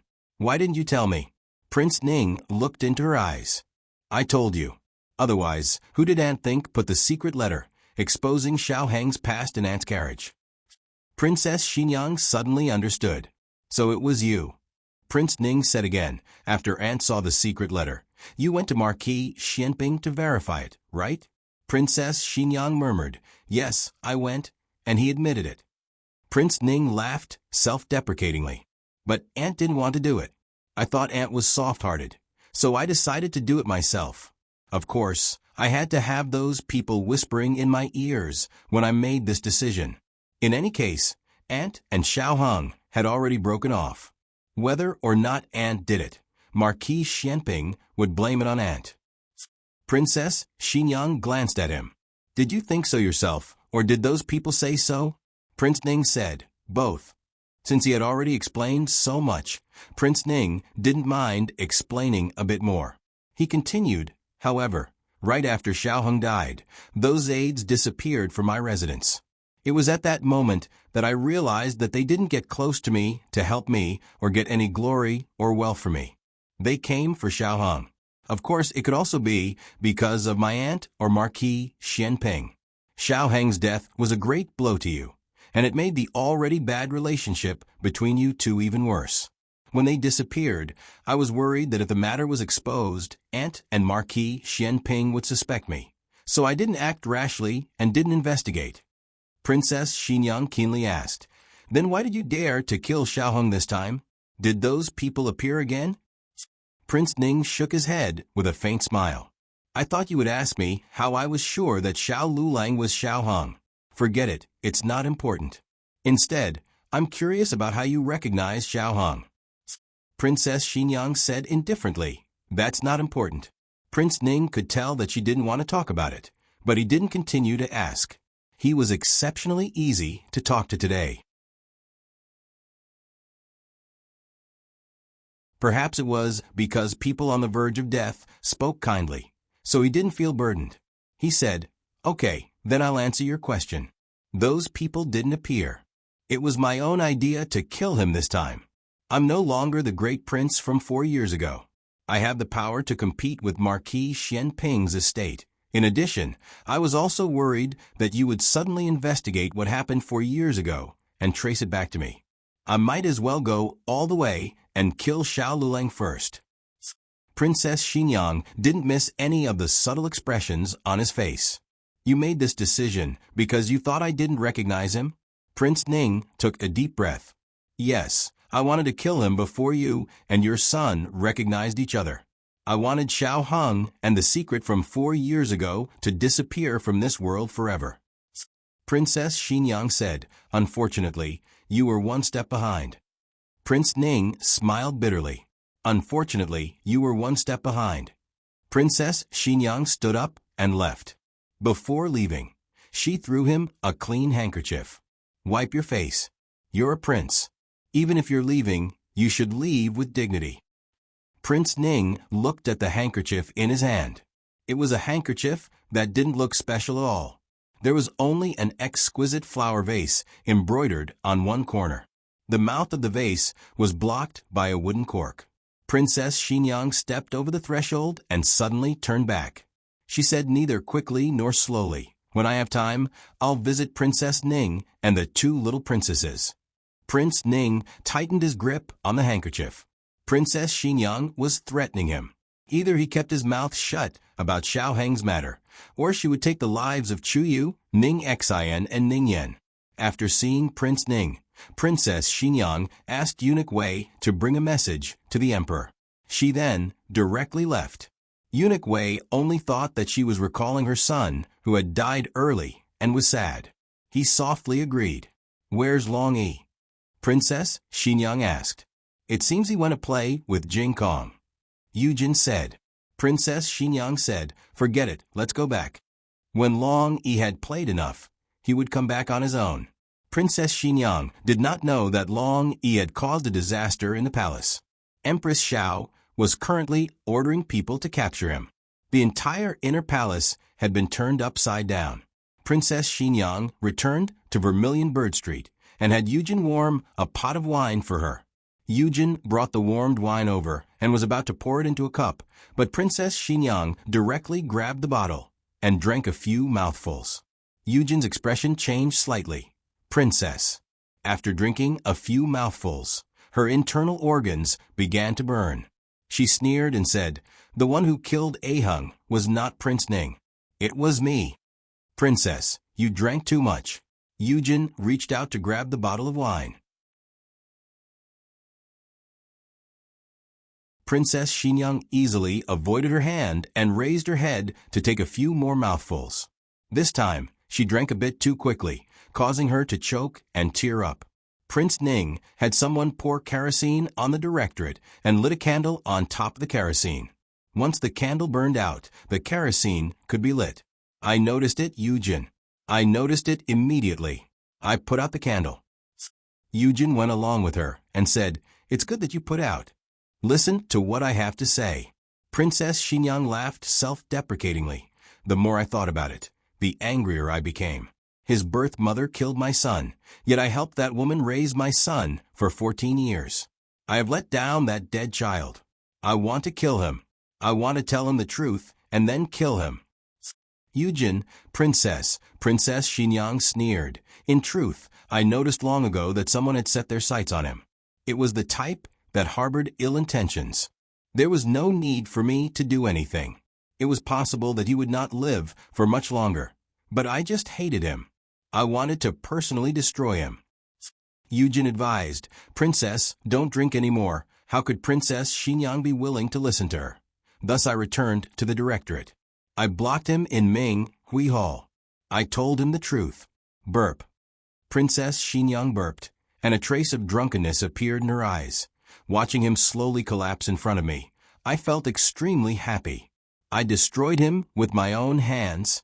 I destroyed him. Big drops of tears fell from her eyes. Yujin looked at Princess Xinyang, who was unable to control herself, and felt a throbbing pain in her heart. She leaned over and gently hugged Princess Xinyang into her arms, letting her head rest on her soft chest. But Princess saved him in the end, didn't you? Yujin knew very well that if Princess Xinyang really wanted him dead, he would not have survived until now. Princess Xinyang destroyed his willpower, fed him knockout drugs, and lit a fire. This way, he would not be able to escape. The two of them would be able to go underground to atone for their sins to that poor child. Only, her heart softened. Digression. Counting down to clearing your tickets. Don't waste your monthly tickets. The latest chapter of this book is not finished yet. For more exciting content, please scan the QR code below to download the app. Novels are updated even faster. Millions of novels are free to read. Novels with connotations that cannot be found online are all available here. https://www.zhbqg.com/8964/89642826/1099744513. HTML Genius remembers this website's address in 1 second. www.zhbqg.com Biku Go mobile reading website. zhbqg.com.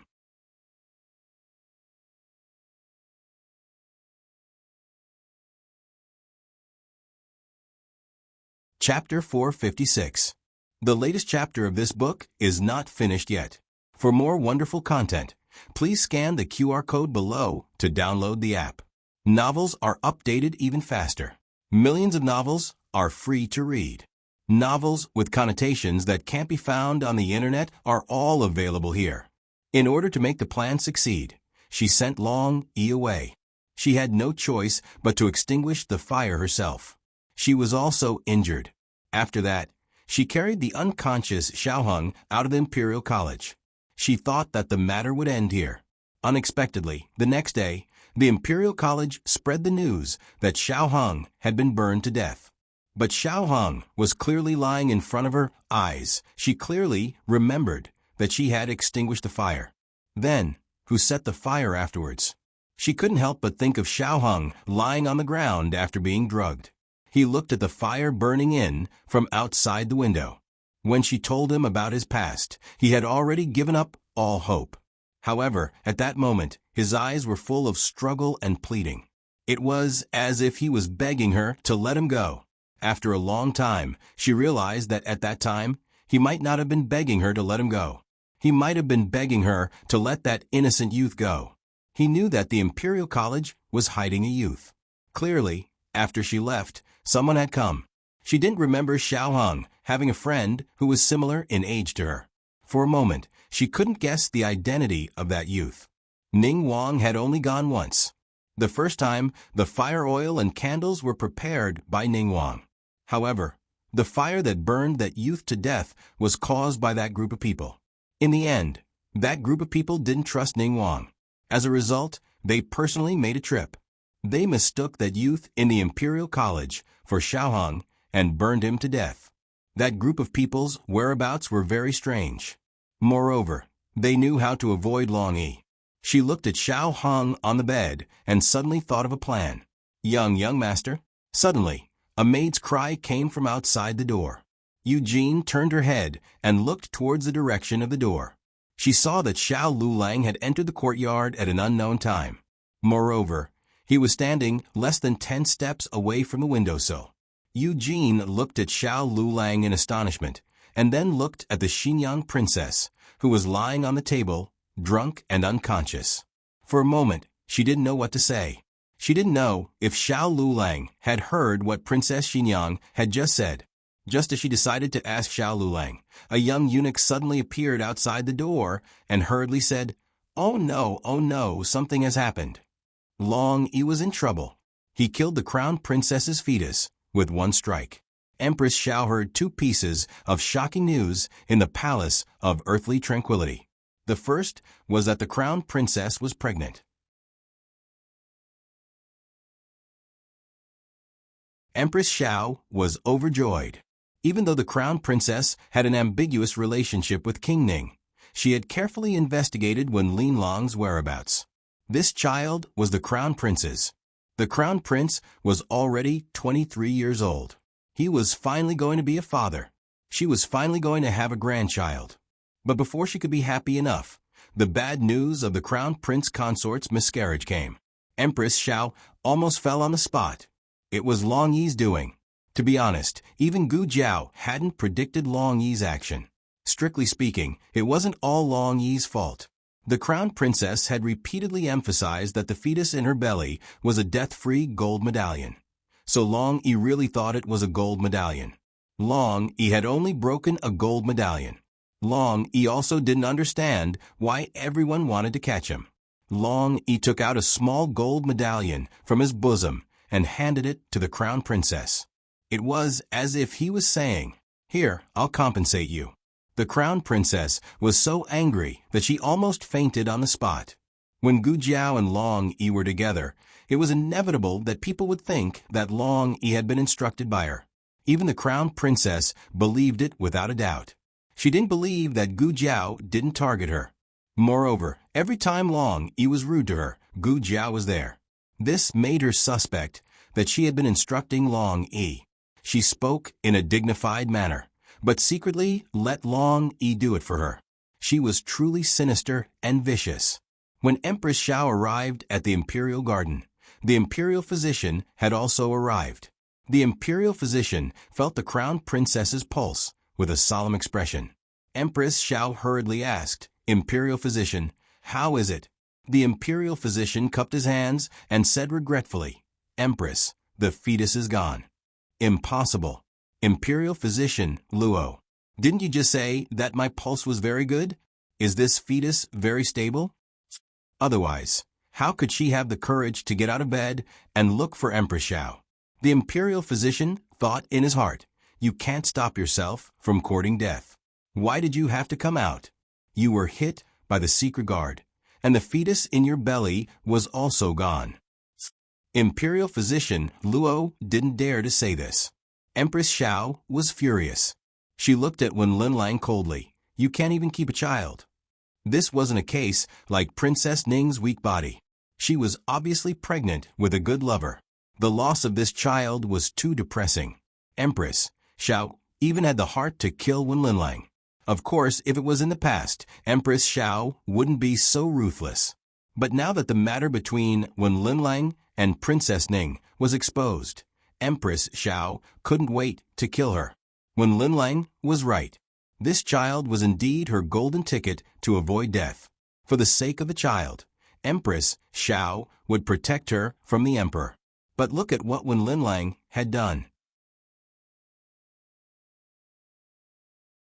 Wen Linlang certainly couldn't take the blame.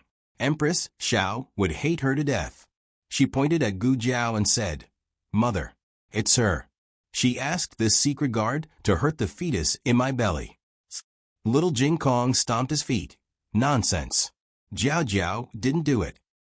The huge noise alarmed Rinshou Palace. Eunuch Qin rushed over with the palace servants. Gu Jiao asked Fei Cui to take little Jing Kong away first. Then she said to the crown princess, "Do you have the guts to say what you just said to me in front of the empress again?" The crown princess choked. Gu Jiao said, "You don't dare to say it? Fine, I'll say it for you. Dr. Gu, I've advised you not to be my enemy. You've always targeted me. But didn't I win in the end? You said that I have an ambiguous relationship with Prince Ning, but how clean can you be? Gu Jiao, this matter was obviously done by the Chun state's hostage, but I know that you're also involved. You're already a married woman, but you still have an affair with the Chun state's hostage. How noble are you compared to me? Stop scheming to deal with this consort. The fetus in my belly is a golden ticket to avoid death. With it, even if I kill you, no one will blame me." "What? Do you still think you're innocent?" The crown princess's expression changed. When Empress Xiao saw the crown princess's expression, she knew that Gu Jiao was telling the truth. She didn't expect that the crown princess could be so arrogant. From her words, it seemed that she and Gu Jiao had disagreements for a long time. She dared to show off in front of Gu Jiao. Did she think that the fetus in her belly had a long life? It was true that the one who caused her to have a miscarriage was the culprit, but she, who gave others a chance, was not innocent. Empress Xiao said to Gu Jiao, "Dr. Gu, you can go. Leave this guard here." For the sake of Empress Dowager Zhuang and His Majesty, she believed the little guy's words for the time being. She believed that it was not Gu Jiao who ordered it. But this guard took the initiative to kill the crown prince's child. She wouldn't let him go. Empress. Eunuch Qin wanted to plead. In fact, he didn't know Long Yi, but Gu Jiao spoke for Long Yi, which meant that he was on their side. Empress Xiao said coldly, "Eunuch Qin, even if this matter is brought to the Empress Dowager, I still want him to pay with his life." Eunuch Qin naturally understood that Empress Xiao's request was not excessive. As the Empress said, if they really went to Renshou Palace, Empress Xiao would be in the right. Gu Jiao would not leave Long Yi behind. She felt that with her and Long Yi's strength, escape was the best of the 36 stratagems. Who would have thought that Empress Xiao would directly order 1,000 imperial guards to come? That was really Gu Jiao. Is it necessary to be so hardcore? Dr. Gu, if you want to go, I will let you go. But if you want to accompany him to die, I will not stop you. After Empress Xiao finished speaking to Gu Jiao, her eyes fell on Long Yi's mask. "I want this person's life." Empress Xiao was really angry. Of course, Long Yi could escape, but what would happen after that? The crown princess knew that he was the secret guard of Princess Xinyang. Empress Xiao could directly send the imperial guards to Vermilion Bird Avenue to encircle Long Yi. Would Empress Xiao give face to Princess Xinyang? Gu Jiao guessed that she might not. Princess Xinyang and Marquis Xianping were cold, and Empress Xiao was not to be outdone. This time, perhaps no one would be able to calm Empress Xiao's anger. Could it be that she really wanted Long Yi to escape from the capital and never appear again? Gu Jiao subconsciously leaned towards Long Yi and looked at Empress Xiao. Empress, just as she opened her mouth, a familiar figure came from not far away. It was Xiao Lulang. He leaned on the newly made cane she had made for him. He was limping, and his steps were somewhat anxious. A person who had been missing for so long suddenly appeared in front of everyone. Except for Gu Jiao, Long Yi, and Eunuch Qin, everyone showed an inconceivable expression. Empress Xiao looked at this youth who looked similar to her nephew. She frowned and did not speak. She did not even intend to pay attention to him. Kill him. She was talking about Long Yi. After leaving this order, she turned and left. Xiao Lulang quickened his steps and arrived behind her. He was stopped by Eunuch Su. He looked at the cold back of Empress Xiao, opened his mouth, and said, "Aunt." Empress Xiao trembled all over. The latest chapter of this book is not finished yet. For more exciting content, please scan the QR code below to download the app. Novels are updated faster and more complete. Millions of novels are free to read. Novels with connotations that cannot be found on the internet are all available here. https://www.zhbqg.com/8964-2_89642826/10995262.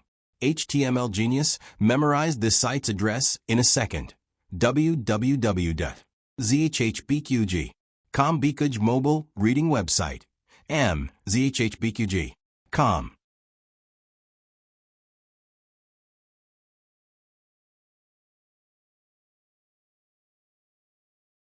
Chapter 457.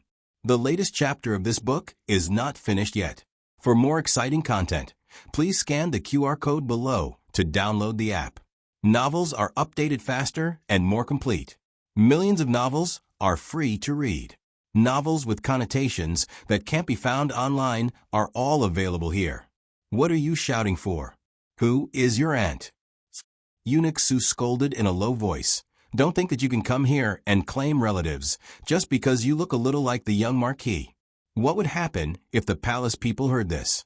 Xiao Lulang looked at Empress Xiao, who stopped in her tracks. Empress Xiao did not turn around. His throat moved, and he said with difficulty, "Has the sapling that Ahung planted in Aunt's bedroom grown taller?" "Ahung, what are you doing?" "I am planting a tree. I want to plant a very, very big tree for Aunt.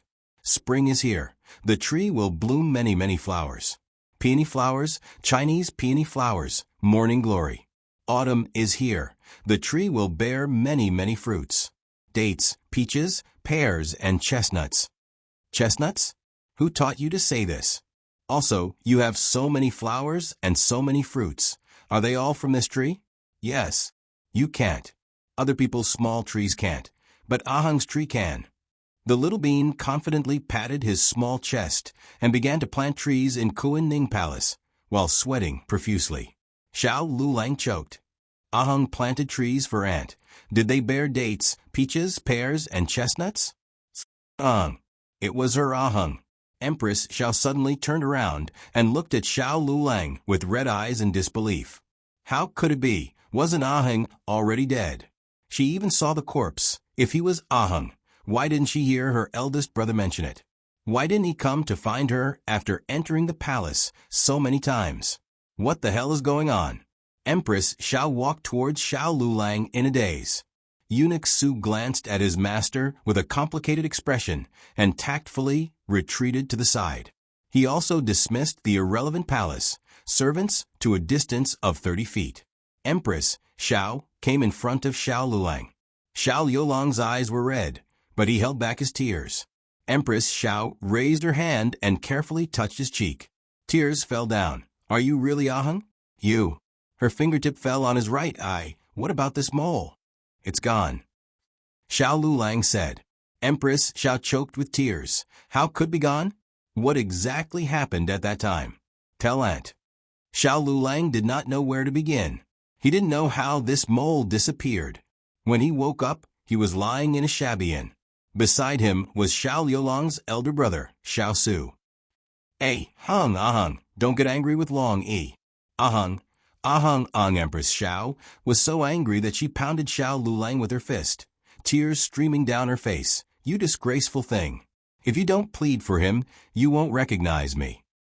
The people on the other side didn't know what had happened. They just saw Xiao Lulang say something to Empress Xiao. Empress Xiao was so emotional that she cried and beat him. But people with discerning eyes could see that she didn't use much strength. Without waiting for people to figure out what happened between Empress Xiao and Xiao Lulang, Eunuch Su, the trusted aide of Empress Xiao, walked over with a horsetail whisk. He said to the imperial guards, "The Empress has ordered that there is nothing for you here. You can go." Imperial guards, what? The crown princess panicked. Others didn't know what was going on, but how could she not see it? Xiao Hung clearly recognized Empress Xiao. He didn't recognize anyone after returning to the capital for so long, but he recognized Empress Xiao at this juncture. Why? Was it because of this woman and this imperial guard? Just a moment ago, she slandered Gu Jiao.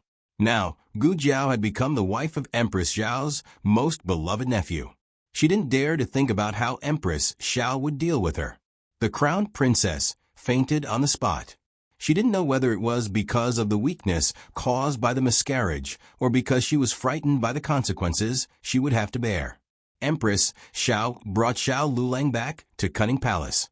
Originally, she also wanted to bring Gu Jiao, but Gu Jiao was taken away by Long Yi. Empress Xiao dismissed the servants and pulled Xiao Lulang to sit in her room to talk. The window was wide open. From the angle of the two people, they could clearly see Xiao Lulang. No, it should be said that it was the sapling planted by Xiao Hung when he was young. It was an orange tree. It couldn't bear dates, peaches, pears, or chestnuts. The taste of the oranges it bore was actually not good. Empress Xiao burst into laughter through tears. "The oranges you planted are really bad." Empress Xiao was eager to know what happened in the past, but Xiao Hung couldn't tell her. Empress Xiao's eyes fell on the cane beside the chair. "What's wrong with your leg? Is it the injury from 4 years ago?" "No." Xiao Lulang shook his head. "It was the injury from saving Feng Lin. In a big fire, someone died because of him. In another big fire, someone was born because of him. His leg was lame, but the sin in his body seemed to have been redeemed a little. Although he still couldn't wash away all the sin, he could slowly pay it back in pain for the rest of his life. Xiao Lulang, "Aunt, this matter," Empress Xiao said. "I understand. Although, I don't know why you did this. I think you must have your own difficulties. When you are willing to tell me, you can come to me." Neither of them mentioned Wen Linlong's matter. Let bygones be bygones. The reason why Empress Xiao agreed to this marriage was that she really thought Xiao Hong had passed away. Otherwise, she would break the crown prince's leg rather than allowing him to snatch the fiancée from her cousin. Empress Xiao patted the back of his hand. "I won't tell anyone about your matter." "Don't worry. Thank you, Aunt." Xiao Lulang got up and left. As soon as he left the Qinkuan palace, Empress Xiao called her trusted secret guard. "Go and inform my brother that Aheng is still alive." The secret guard said, "Master, didn't you promise him that you won't tell anyone?" Empress Xiao said sternly, "When has my brother been a human?" The secret guard, this was the worst time that Marquis Xianping was slandered. Prince Ning must be punished, but it was up to the emperor to decide what kind of crime to punish him. Dirty linen should not be aired in public. The private contact between Prince Ning and the crown princess was not disclosed, but Wen Yang and Xiao Hong were both killed by Prince Ning. The announced motive was to attack the crown prince. One was the crown prince's brother-in-law, and the other was the crown prince's cousin. No matter how one looked at it, Prince Ning was indeed targeting the people around the crown prince. Wen Yang did not have a good reputation, but the young marquis was famous all over the world. He was the white moonlight in many people's hearts. Hearing that he was killed by Prince Ning, the people were all against him. Naturally, there were also those who spoke up for Ning Wang, believing that the current emperor had been deceived. Prince Ning is such a noble and upright person. How could he do such a vicious thing? Is it possible that someone is targeting Prince Ning? I hope His Majesty will not listen to slander and let Prince Ning be wronged. Could it be the crown prince? Think about it. The crown prince married the young marquis's fiancée. If the young marquis didn't die, could he marry Miss Wen? As for Wen Yang, he is the crown princess's brother on the surface, but he is not a good person at all. Killing him is helping the crown princess vent her anger. There were more and more people on the streets who defended Prince Ning. It was unknown whether it was the will of the people or someone deliberately guiding them. But what was certain was that the emperor had no intention of pardoning Prince Ning, no matter what the public opinion was. Grand Tutor Zhuang asked to see the emperor, but was directly refused. Grand Tutor Zhuang went to Renshou Palace, hoping that Empress Dowager Zhuang could order the emperor to pardon Prince Ning. Order? Empress Dowager Zhuang was so angry that she laughed. Since when can Aijia's words command the emperor? Grand Tutor Zhuang snorted coldly. Hasn't the Empress Dowager always done this? Haven't the Empress Dowager and the emperor done a lot of things over the years? Why is it that the Empress Dowager's words are ineffective when it comes to Prince Ning? Empress Dowager Zhuang looked at him with burning eyes. You know better than me how Prince Ning fell to his current state. Grand Tutor Zhuang said coldly. Prince Ning has the will of the emperor and the power of the emperor. Why can't I support him? Empress Dowager Zhuang looked at him coldly. The power of the emperor you speak of is seizing your younger brother's wife and disregarding human life. Grand Tutor Zhuang was Prince Ning's maternal grandfather after all. There were some things that the people didn't know, so how could he not know? He didn't exonerate Prince Ning. Instead, he clenched his fists and said, "Those who achieve great things don't care about trifles." Empress Dowager, you told Aijia this. Is Empress Dowager planning to slap her own mouth now? Empress Dowager Zhuang said carelessly. So what? Grand Tutor Zhuang choked. Then, his eyes gradually became disappointed. Empress Dowager, you have changed. Ever since you got close to Xiao Lulang, you no longer care about the Zhuang family. This kind of provocation was useless on Empress Dowager Zhuang. She said sternly, don't talk about Xiao Lulang with Aijia. Do you want Aijia to feel guilty or something? This trick is useless on Aijia. Whoever Ija wants to favor is Ija's business. Whoever Ija wants to leave out is also Ija's business. Don't think that Ija is really sinful and sorry to the Zhuang family, just because Ija criticized Ija. Ija has done enough for the Zhuang family these years. Also, didn't Ija warn you long ago that the house behind you will collapse? The right thing to do is to retreat, but you insist on going your own way. Who gave Prince Ning the courage? Who increased Prince Ning's power? Who was determined to push Prince Ning into the vortex of fighting for the throne? Now you know to protect him. When you pushed him to fight for the throne, didn't you think it would kill him? To put it bluntly, Empress Dowager just wants to ignore Prince Ning. Grand Tutor Zhuang smiled coldly. I want to know if the person who was demoted today was Xiao Lulang. Would Empress Dowager just stand by and do nothing? Empress Dowager, Zhuang said domineeringly. What a coincidence. Ija also wants to know. Grand Tutor Zhuang, Empress Dowager Zhuang, who would never respond well. Before Grand Tutor Zhuang left, he looked deeply at Empress Dowager Zhuang. I hope Empress Dowager won't regret everything you've done in the future. Empress Dowager Zhuang's eyes turned cold. Aijiao also says the same thing to you. The latest chapter of this book is not finished yet. For more exciting content, please scan the QR code below to download the app. Novels are updated even faster. Millions of novels are free to read. Novels with connotations that can't be found online are all available here. https://www.zhbqg.com/89642_8964226/1099522264. HTML Genius remembered this site's address in 1 second.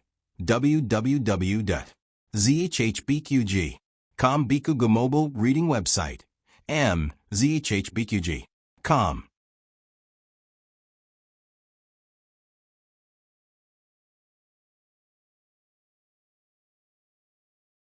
Chapter 458. The latest chapter of this book is not finished. For more exciting content, please scan the QR code below to download the app. The novel is updated faster. Millions of novels are free to read. There are all the novels that you can't find on the internet. Prince Ning was sentenced in September. He was deposed as a prince and demoted to a commoner. He was only exiled. He found a mansion outside the capital, which was a disguised confinement. This was the result after Empress Dowager Zhuang showed mercy. If Grand Tutor Zhuang really missed him, he could visit him often. If Grand Tutor Zhuang didn't give up and continued to incite Prince Ning, the secret guards sent by Empress Dowager Zhuang wouldn't be merciful. Since ancient times, when a prince was demoted, his family would not be spared. However, what was surprising was that Ning Wang actually gave Ning Wang Fei a letter of divorce.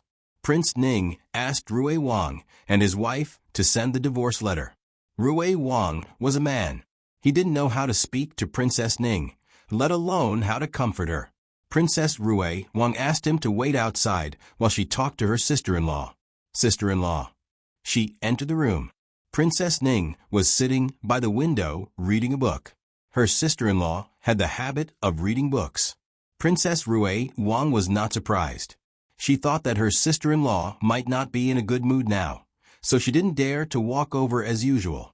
Instead, she stood quietly at the door and waited for her sister-in-law's response. Princess Ning's reaction was a little slow today. She turned her head after a while. Seeing that it was Princess Rui Wang, she was not too surprised. She said, "You're here. Come and sit down." Princess Rui Wang walked to the opposite side of Princess Ning and sat down. No servant came to serve tea for a long time. Princess Ning realized something and laughed at herself. I forgot that all the servants in the mansion were dismissed. As she spoke, she picked up the teapot and poured tea for Princess Rui Wang. Let me do it, sister-in-law. Princess Rui Wang stood up quickly and wanted to take the teapot in her hand. No need. I can still pour a cup of tea. Princess Ning pushed her hand away and poured a cup of cold tea for Princess Rui Wang. Forget it. Don't drink it. It's cold. It's okay, sister-in-law. Consort Rui Wang blocked Princess Ning's hand that came to take her cup. I don't like to drink hot. It was not to comfort Princess Ning. It was because she had become afraid of heat after she got pregnant. However, the nannies in the mansion did not allow her to drink cold food. Rui Wang would occasionally secretly give her a few sips to satisfy her craving. Some things are really God's will. Princess Ning smiled bitterly and withdrew her hand. Rui Wang Fei froze for an instant. She realized that she was referring to her pregnancy.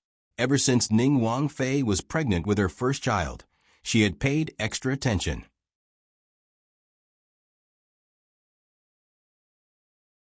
Her clothing, food, shelter, and transportation were all done according to the requirements of the imperial physicians and mamas. But in the end, none of the 3 children were saved. Sister-in-law, does the child have anything to do with Big Brother? Consort Rui Wang already knew everything. She didn't even have the strength to scold Wen Linlang. She never expected her brother to be such a person and do such a thing. Consort Rui Wang was also very surprised. He locked himself in the study for 3 days and 3 nights. The blow he received was no less than that of the crown prince. Everyone had a belief in their heart, and there was no doubt that Prince Ning was Rui Wang's belief. Now, this belief collapsed with a loud bang. Princess Ning shook her head. If you mean he drugged me and caused me to have a miscarriage, then no. But Rui Wang Fei had more or less guessed the rest. But she had already known about Ning Wang and Wen Linlang. While she was pregnant, she endured the relationship between the two. Under the strong depression, she gave birth prematurely. Sister-in-law, don't be sad. You are still young and have a long way to go. Consort Rui Wang took out a piece of paper and a divorce letter from her wide sleeve and handed it to Princess Ning, saying, "This is what Big Brother asked us to send to you. Sister-in-law, sign it, and you are no longer Princess Ning. You don't have to be implicated with him." Speaking of this, Consort Rui Wang's heart was complicated. She felt that Big Brother really did something wrong, but she had a whole new level of respect for him on the matter of freeing her sister-in-law. Big Brother actually had her sister-in-law in his heart, but he was blinded by hatred and interests and couldn't see his own heart clearly. He thought that he was just pretending to respect her sister-in-law, but he didn't know that this person had already walked into the depths of his heart. On the other hand, Wen Linlang was just the unwillingness of Big Brother when he was young. It was the proof that he controlled his desire to conquer. Princess Ning looked at the folded divorce letter and didn't immediately open it. Instead, she smiled faintly and said, "Qian Qian, do you know? I was attracted by his appearance and temperament when I first saw him when I was 13 years old. I loved this man for 11 years. He liked women who were scholarly and elegant. No matter how much I hated reading, I always pretended that he liked reading. I also secretly thought that I couldn't catch up with Wen Linlang in appearance, but at least in terms of talent, I would work harder and not lose too much to her." Consort Rui Wang said angrily, "Sister-in-law, that woman doesn't deserve to be mentioned in the same breath as you." "There's no point in saying this now." Princess Ning smiled and said to Consort Rui Wang, "Don't call me sister-in-law in the future. I'm no longer a member of the imperial family." It had nothing to do with the divorce letter, but because Qin Chuan was no longer a prince. Sister-in-law. Consort Rui Wang couldn't help but call her again. Princess Ning, to be precise, should be called Chuyu. Chuyu said to Consort Rui Wang, "Go back. It's bad luck here." Consort Rui Wang looked at her with heartache. "Father said that you can stay for a few more days." Chuyu smiled as if nothing had happened. "It's not like I don't have anywhere to go." Consort Rui Wang opened her mouth. "Sister-in-law." "No, Sister Chu." No. It's awkward if I don't call you sister-in-law." Chuyu said, "Then just call me that. It's just a name. Why don't you move to Rui Wang's residence?" Consort Rui Wang suggested.